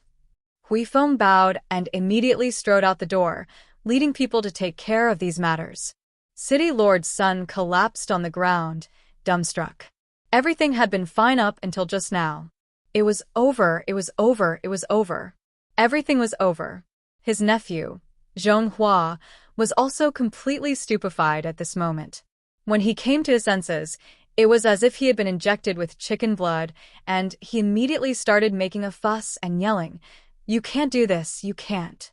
What does this have to do with my uncle? You are using public office to avenge private wrongs. Eldest young Sir Qin slapped Captain Zhonghua's head with his fan and winked at him with a smile. Do I need to use public office to avenge private wrongs against you? He shook his head and walked out, thinking that this fellow's brain was seriously lacking. The farce was quickly dealt with. The new City Lord who replaced City Lord Sun was a swift and decisive character, and he was currently furiously dealing with the mess left behind by his predecessor. It was fine if he didn't deal with it, but once he did, he got a shock. The Crown Prince's prophecy really came true. This City Lord's son truly appointed people based on nepotism. The family's 7 aunts and 8 aunts who had been separated by 8 lifetimes had more or less basked in City Lord Sun's glory. There were many drawbacks, but the new City Lord was quite nimble. With the Crown Prince holding the fort, the new City Lord waved his machete and cut the Gordian knot. Mo Lian and her group, who had originally planned to leave this afternoon, were delayed for an entire night because of the replacement of Rice City's City Lord. On the second day, everyone bade farewell to Rice City and flew to the Mo Kingdom capital, Guanlan City. Moreover, under the leadership of the various city lords, the various fortifications of the entire Mo Kingdom capital, large and small, also began to strictly guard and reconstruct the water region. While flying high in the sky, he saw that the nearest water vein had completely turned black. Arbor's heart skipped a beat. If Xiao Shui woke up, he could try to improve the water quality here. But now that for the time being, there was nothing he could do. 3 days later, Everyone returned to the Mo Kingdom capital uneventfully and smoothly. The Crown Prince's horse did not stop to rest. Upon returning to the Mo Kingdom capital, the first thing he did was to order people to surround the Fan residence. The crime was to assassinate the Crown Prince in Jiaozhong Base. This was a very serious crime. The entire Fan clan was greatly shaken, and they were surrounded by the Dragon Saliva Guards overnight. Not even a fly could escape. The captain of the Dragon Saliva Guard, Yu Xiu, personally led a team into the Fan clan to search for Fan Qiuhe. However, Fan Qiuhe had long fled without a trace with Fan Gu. Family head Fan wanted to cry, but had no tears to shed as he dealt with the huge mess Fan Qiuhe left behind. All day long, he begged people to help him mediate. He sent out many good things, but the results were minimal. You're tuning in to the Dreamy Chapters YouTube channel. We're so grateful for your support, and don't forget to subscribe to join us on this incredible journey through captivating stories. Your generosity through donations truly makes a world of difference, as it's the primary source of revenue that allows me to expand and enhance this channel for you. Thank you from the bottom of my heart for being a part of this adventure.